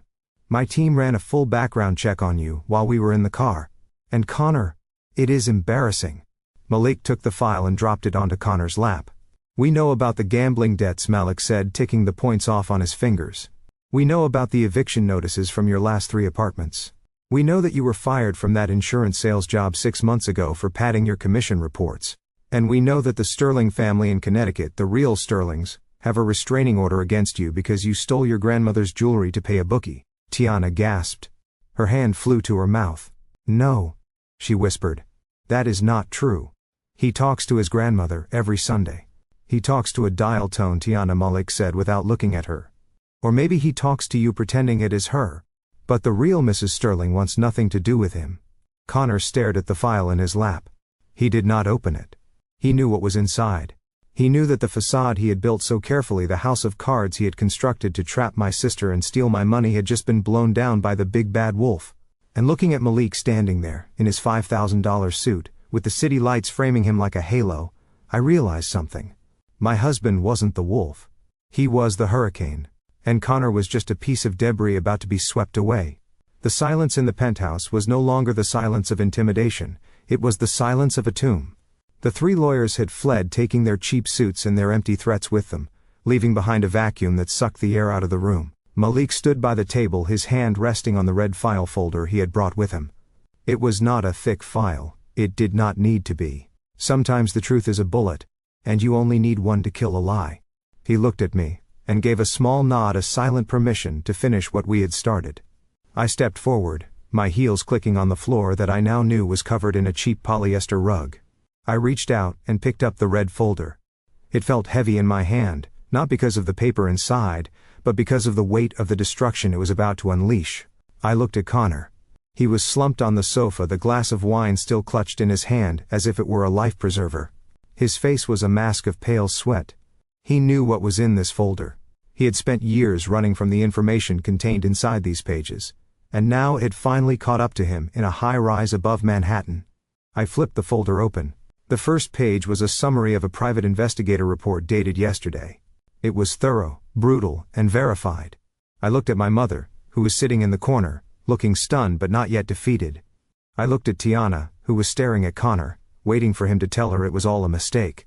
"You wanted to talk about family legacy, Connor," I said, my voice echoing in the large room.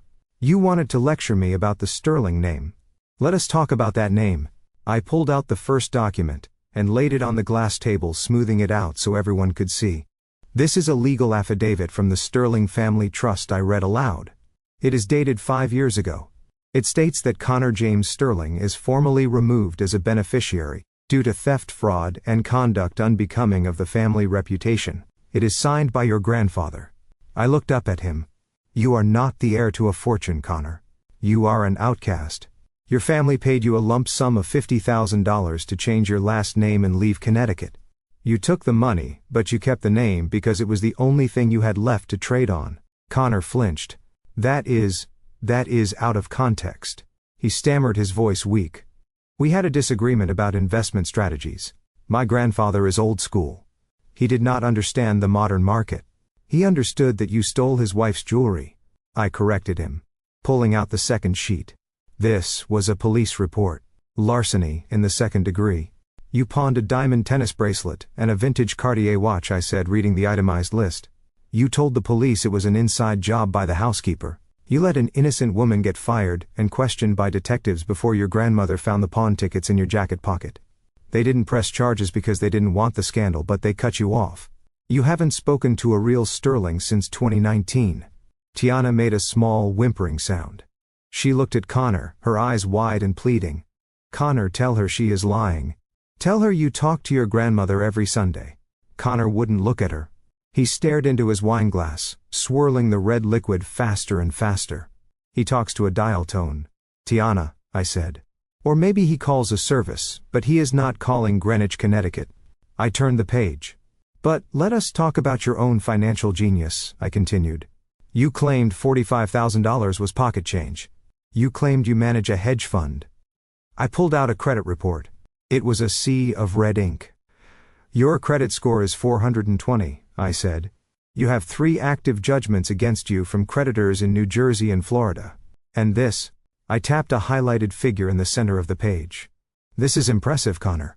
You owe $500,000, not to a bank, not to a credit card company, but to a private lending entity based in Atlantic City. I looked at him. That is gambling debt, isn't it? Online poker, sports betting. You didn't lose this money investing in startups. You lost it betting on horses and point spreads. Connor slammed his glass down on the coffee table so hard, wine sloshed over the rim, staining the rental furniture. You accessed my private financial data without my consent, he shouted, trying to muster some anger. That is illegal. I will sue you. We are way past suing, Connor. Malik spoke up from behind me, his voice calm and deadly. And for the record, private investigators are perfectly legal when they are uncovering fraud committed against a client. And right now, you are trying to defraud my wife. I flipped to the next page. This one was a rental agreement. You told me you bought this penthouse with cash, I said. You told Tiana this was your marital home. But this is a short-term corporate lease, Connor. It is in the name of a shell company. And the rent is $25,000 a month. I looked at the payment history. You paid the first month, and the security deposit. You haven't paid anything since. You are 3 months behind. The eviction notice was filed yesterday. The only reason you are still here is because the courts are backed up. But the marshals are coming, Connor. Probably next week. I dropped the page onto the pile. So here is the reality, I said, turning to Tiana, who looked like she was going to be sick. He does not have a job. He does not have a trust fund. He is drowning in $500,000 of gambling debt, and he is about to be homeless. That is why he needs the brownstone, Tiana. I walked over to my sister. I wanted to shake her. I wanted to wake her up. He does not want to marry you because he loves you. He does not even want the house to live in. He needs the equity. He was going to make me sign the deed. Then he was going to take a hard money loan against the property using predatory lenders who do not ask questions.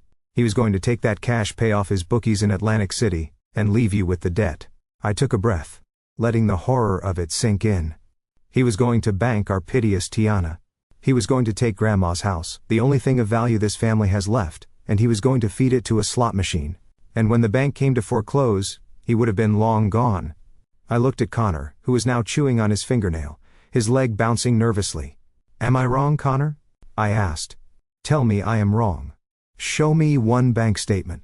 Show me one pay stub. Show me anything that proves you are not a parasite looking for a host. Connor didn't speak. He couldn't. The truth was sitting on the glass table in black and white, and there was nowhere left to hide. I looked at my mother. Beatrice was staring at the documents, her mouth slightly open. For the first time in her life she was speechless. She had pushed me to give money to this man, she had threatened to ruin my career to satisfy his greed, and now she was looking at the wreckage of her own ambition. But I knew my family. I knew that denial was a powerful drug, and I knew that admitting I was right was more painful to them than being robbed by a stranger. Tiana stood up slowly. She walked over to the table and looked down at the documents. Her hands were shaking. She picked up the affidavit from the Sterling family. She read it. Then she picked up the credit report. She read the number. $500,000.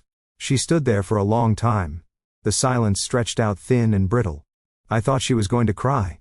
I thought she was going to scream at Connor. I thought she was going to thank me for saving her from a life of ruin. But Tiana did not do any of those things. She dropped the paper. She looked at me. And her eyes were not filled with gratitude. They were filled with hate.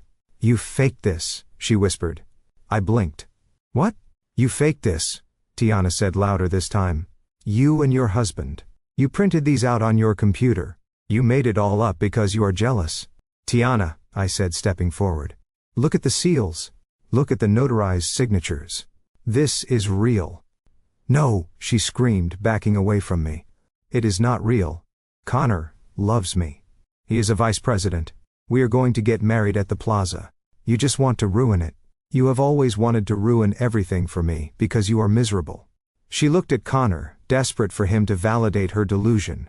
"Tell her, Connor," she begged. "Tell her she is lying. Tell her about the investment.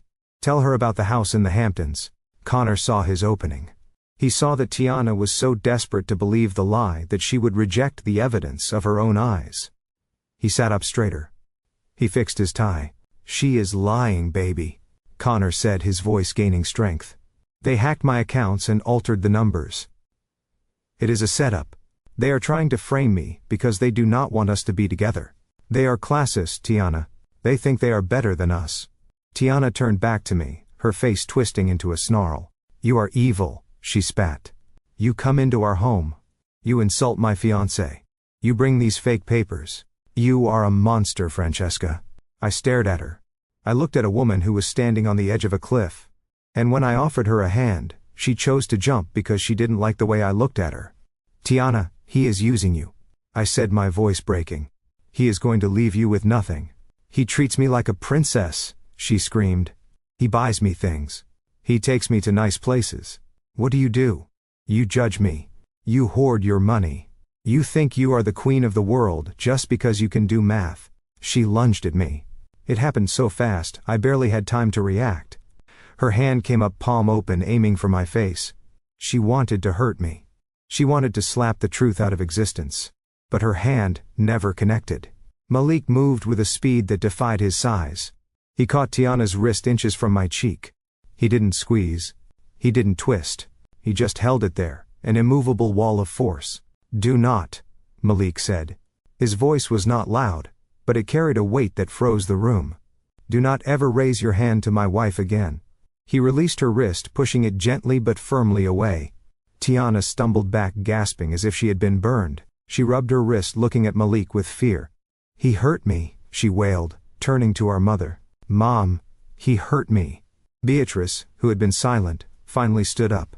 She walked over to Tiana and wrapped an arm around her, glaring at Malik and me. "You come into this house, you threaten us, and now you assault your sister."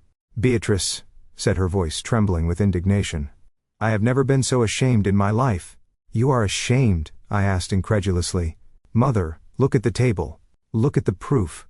That man is a con artist. He was going to steal the brownstone. He was going to steal your inheritance too.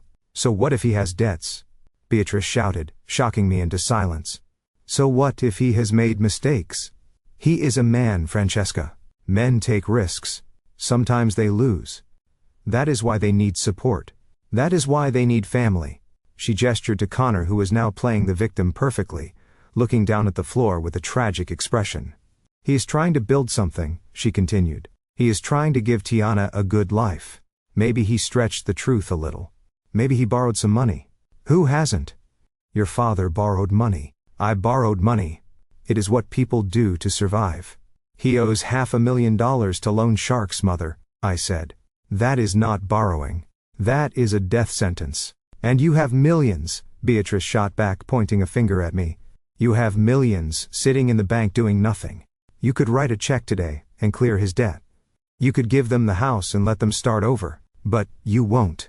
Because you are greedy. I stared at her. The room seemed to spin slightly. You want me to pay his gambling debt, I whispered.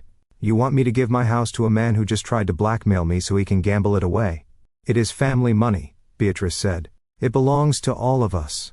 If you were a good Christian, if you were a good sister, you would help him. You would forgive him. You would use your blessing to help Tiana. But you are not a good sister. You are a cold, heartless woman. She hugged Tiana tighter. We do not need your proof, she said. We do not need your judgment. We are going to go forward with this wedding. We are going to find a way. Connor is a smart man. He will figure it out. And when he is back on top, when he is rich again, do not come crawling back to us. I looked at them, the three of them. A trinity of delusion. Tiana, the golden child, who would rather be lied to than face reality. Beatrice, the enabler, who would burn her own daughter to save face. And Connor, the parasite, who had found the perfect host. They were not victims. They were volunteers. I felt a strange sensation in my chest. It wasn't pain. It wasn't anger. It was the feeling of a heavy chain finally snapping. The burden I had carried for 35 years. The obligation to save them, the need for their approval. It all just fell away. I looked at Malik. He was watching me, waiting for my signal. He was ready to fight for me. But he knew this was a battle only I could end. I took a deep breath. The air in the penthouse still smelled like cheap wine and lies, but for the first time I could breathe clearly. You are right, Mother, I said, my voice completely devoid of emotion. I am a cold woman. I calculate risk. And I have just calculated that you are a total loss. I picked up the red folder from the table. I closed it. You want to do this your way, I said. You want to ignore the facts. You want to pretend he is a prince and I am the villain. Fine. I turned to Malik. Give me the phone, I said. Malik reached into his pocket and handed me his phone. It was unlocked. Who are you calling? Tiana asked, wiping her eyes. The police. Go ahead. Tell them we are happy. I am not calling the police, I said, tapping the screen. I am calling the building management. Connor froze. Why? Because I said, looking him dead in the eye while my thumb hovered over the call button. I told you earlier that my husband's company bought this building this morning. But I forgot to mention one detail. I smiled, and it was the coldest smile I had ever worn. I am the managing partner of the real estate trust that holds the deed, which means Connor. I am your landlord. I pressed the call button. And I have a strict policy against tenants who are 3 months behind on rent. I put the phone to my ear. Hello, security? I said, my voice ringing through the silent apartment. This is Francesca Williams. I am in penthouse B. I have a squatter on the premises. Yes, he is refusing to vacate. Please send a team up immediately and bring the eviction notice. I lowered the phone and looked at the three of them. You have 30 minutes to pack, I said. Or you can leave with nothing but the lies on your backs. This was the nuclear option. And I had just pushed the button. The silence that followed my announcement was absolute. It was the kind of silence that happens after a bomb detonates, but before the dust settles. Connor stared at me, his mouth opening and closing like a fish pulled from water. Tiana looked at the phone in my hand, as if it were a loaded weapon. Beatrice was the first to find her voice, and predictably, it was screeching with indignation. You cannot evict us, she shouted, stepping forward with her chest heaved. This is a private residence. We have rights. You cannot just walk in here and throw people out on the street because you are having a tantrum. I'm not having a tantrum, Mother, I said calmly, placing the phone back on the table. I am enforcing a contract. Malik stepped forward then. He moved with the slow, deliberate grace of a predator who knows the prey has nowhere to run. He walked over to the floor-to-ceiling window and looked out at the city lights. Actually, Beatrice, he said without turning around. We can. You see, when my firm acquired the distressed assets of the holding company that owns this building this morning, we inherited all the active leases. And do you know what we found when we audited the tenant files for Penthouse B? He turned slowly, fixing Connor with a look of amusement. We found a lease agreement signed by a shell corporation registered in the Cayman Islands, a corporation that has no assets, no directors, and most importantly no payment history for the last 90 days. Connor went pale. That is, there was a wire transfer error. I told the management company. My bank is investigating. Your bank isn't investigating anything, Connor, Malik said, cutting him off. Because you do not have a bank. We checked. The account number you provided on the lease application belongs to a defunct savings and loan that went under in 2008. You have been squatting here, Connor. You paid the deposit with cash you probably borrowed from a loan shark, and you have been dodging the landlord ever since. Malik walked over to the table and picked up the piece of paper I had placed there earlier. The one I had pulled from my purse along with the red file. This is a notice to vacate, Malik said, sliding it across the glass toward Connor. Under New York state law, when a commercial lease held by a corporate entity is in default, and there is evidence of fraud, the new owner has the right to immediate possession. We do not need a court order, Connor. We just need to change the locks. Connor stared at the paper. It was real. It had the seal of Sterling and Cooper on the letterhead. It was the end of his fantasy. You are lying, Tiana screamed. She rushed over to Connor, grabbing his arm, shaking him. Tell them they are lying, Connor. Tell them you own this place. Show them the deed. Connor pushed her away. Get off me, he snapped, his voice raw with panic. Tiana stumbled back, looking at him with horror. Connor, he is not going to show you a deed, Tiana, I said, my voice soft but firm. Because there isn't one. The only thing he owns in this apartment is the cheap suit on his back and the lies he has been feeding you. I looked at my watch. You have 28 minutes left, I said. I suggest you start packing. The security team I just called is very efficient. They will remove anything left in the unit after the deadline. And I mean anything. Beatrice looked around the room, her eyes darting from the fake art on the walls to the expensive-looking furniture. But where will we go? She stammered. It is raining. We cannot just go out on the street. Francesca, you cannot do this to your own mother. I can, I said. And I am. You wanted to live in luxury, mother. You wanted the high life. Well, this is the price of admission. When you bet everything on a fraud, you lose everything when the bill comes due. I walked over to the door and opened it. I stood there holding it open, waiting. But they did not move. They stood there frozen in their denial. Connor suddenly stood up. A dark look crossed his face. The fear was gone, replaced by a desperate, cornered rage. He looked at the eviction notice. Then, he looked at me. You think you are so smart? He sneered. You think you can just walk in here and take everything from me? You think because you have money you can control people? I have money, because I control myself, Connor, I said. There is a difference. He took a step toward me. His hands were balled into fists. The vein in his neck was throbbing. I am not leaving, he said, his voice rising to a shout. This is my home. I have rights. You're going to get out of here before I make you get out. Malik stepped in front of me, blocking Connor's path.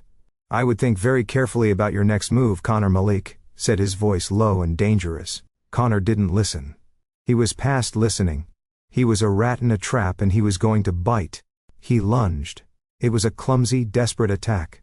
He swung a fist wildly at Malik, screaming something incoherent about entitlement and respect, but he never made contact.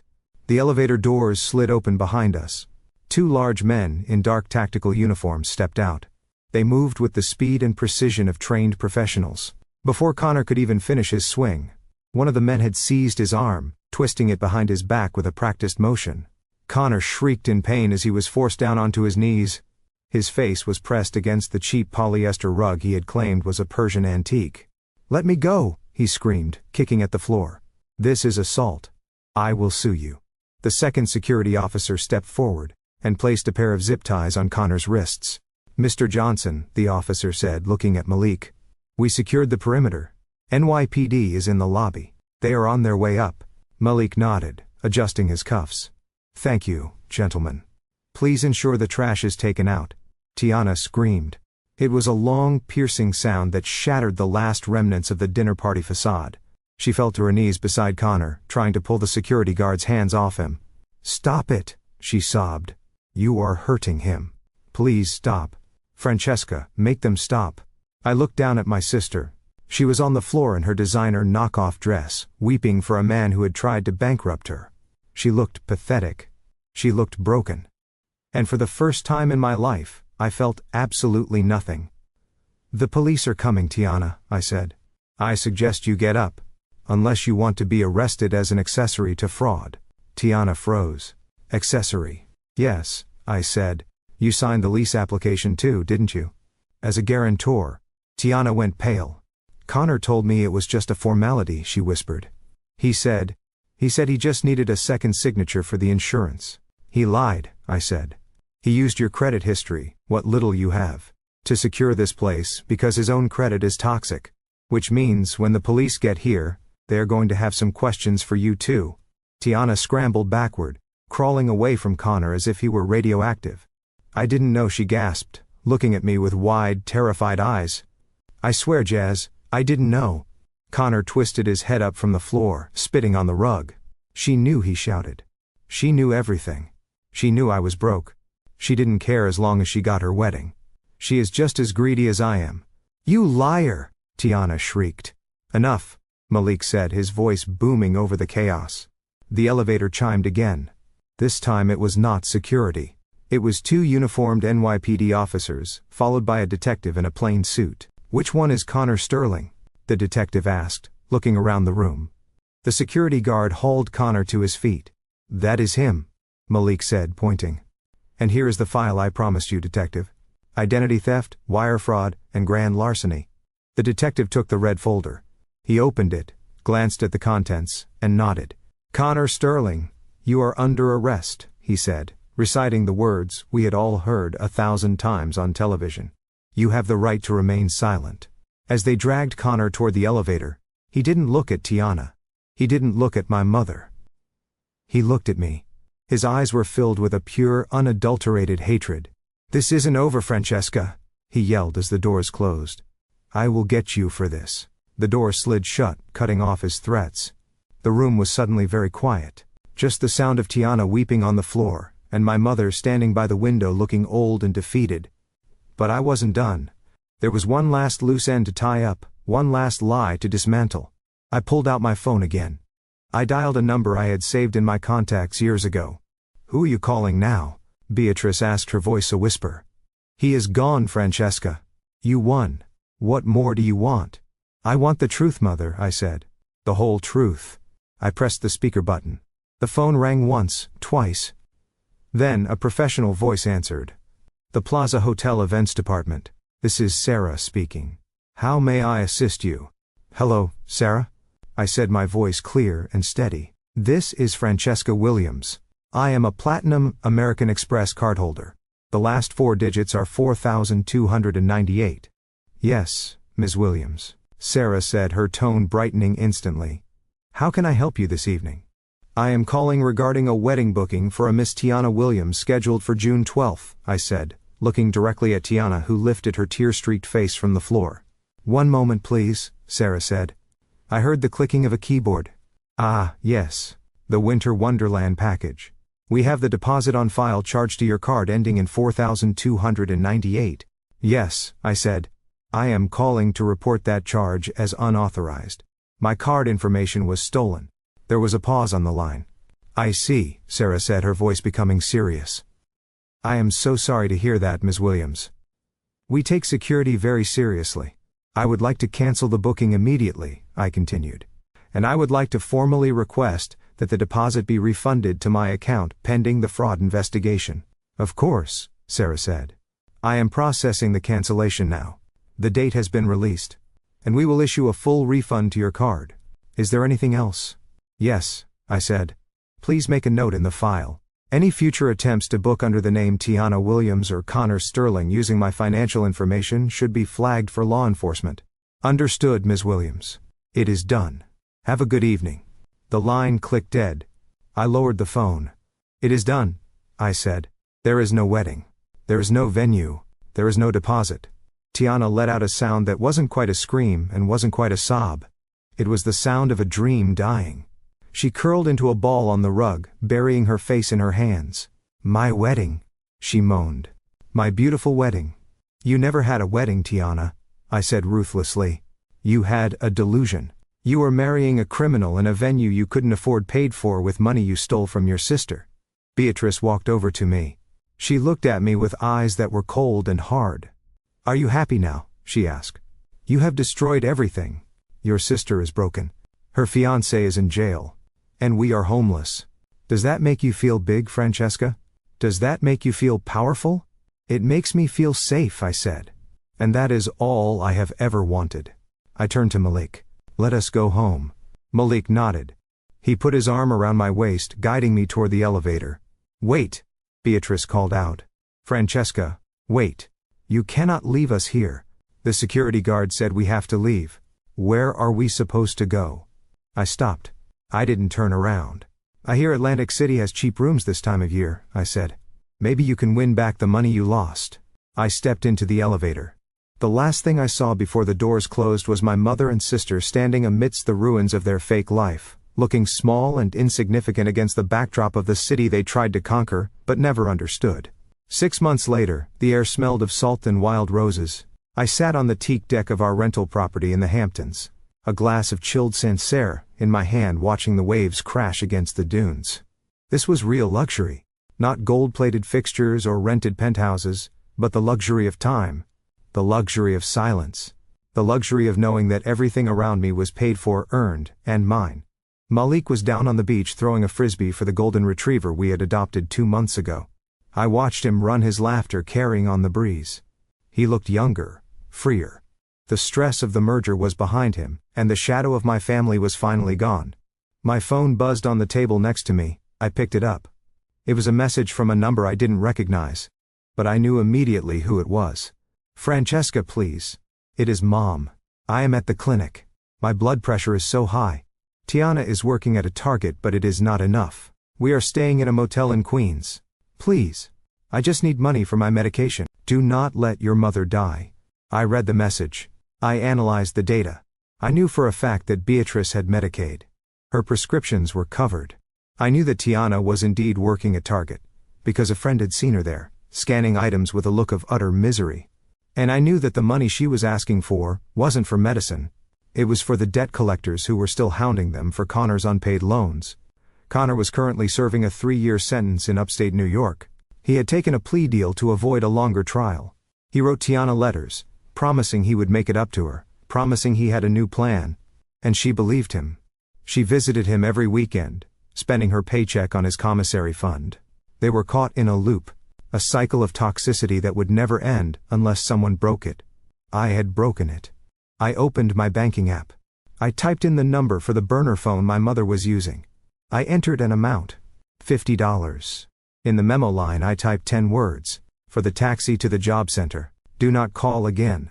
I hit send. Then I went to the settings menu. I blocked the number.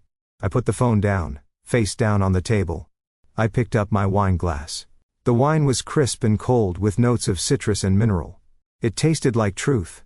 Malik waved to me from the beach, beckoning me to come down. I stood up. I took a deep breath, filling my lungs with the clean ocean air. For 35 years I had measured my worth by how much I could give, how much I could fix, how much I could endure. I had been the safety net for people who carried scissors. But standing there in the sunlight, I realized that the ledger was finally balanced. I didn't owe them my future. I didn't owe them my peace. And I certainly didn't owe them $45,000 for flowers. I walked down the stairs to the sand, leaving the phone and the past behind me. "I am coming." I called out to my husband. And as I ran toward the water, I didn't look back. Not once. Because for the first time in my life, I wasn't running away from something. I was running toward something. And that made all the difference. The hardest lesson I learned wasn't about finance. It was about self-worth. For years I believed my value lay in what I could give to people who only knew how to take. But I realized that you cannot save people who are determined to drown, and you certainly don't have to set yourself on fire to keep them warm. True peace only arrives when you close the ledger on toxic relationships, and accept that family is defined by mutual respect, not just DNA.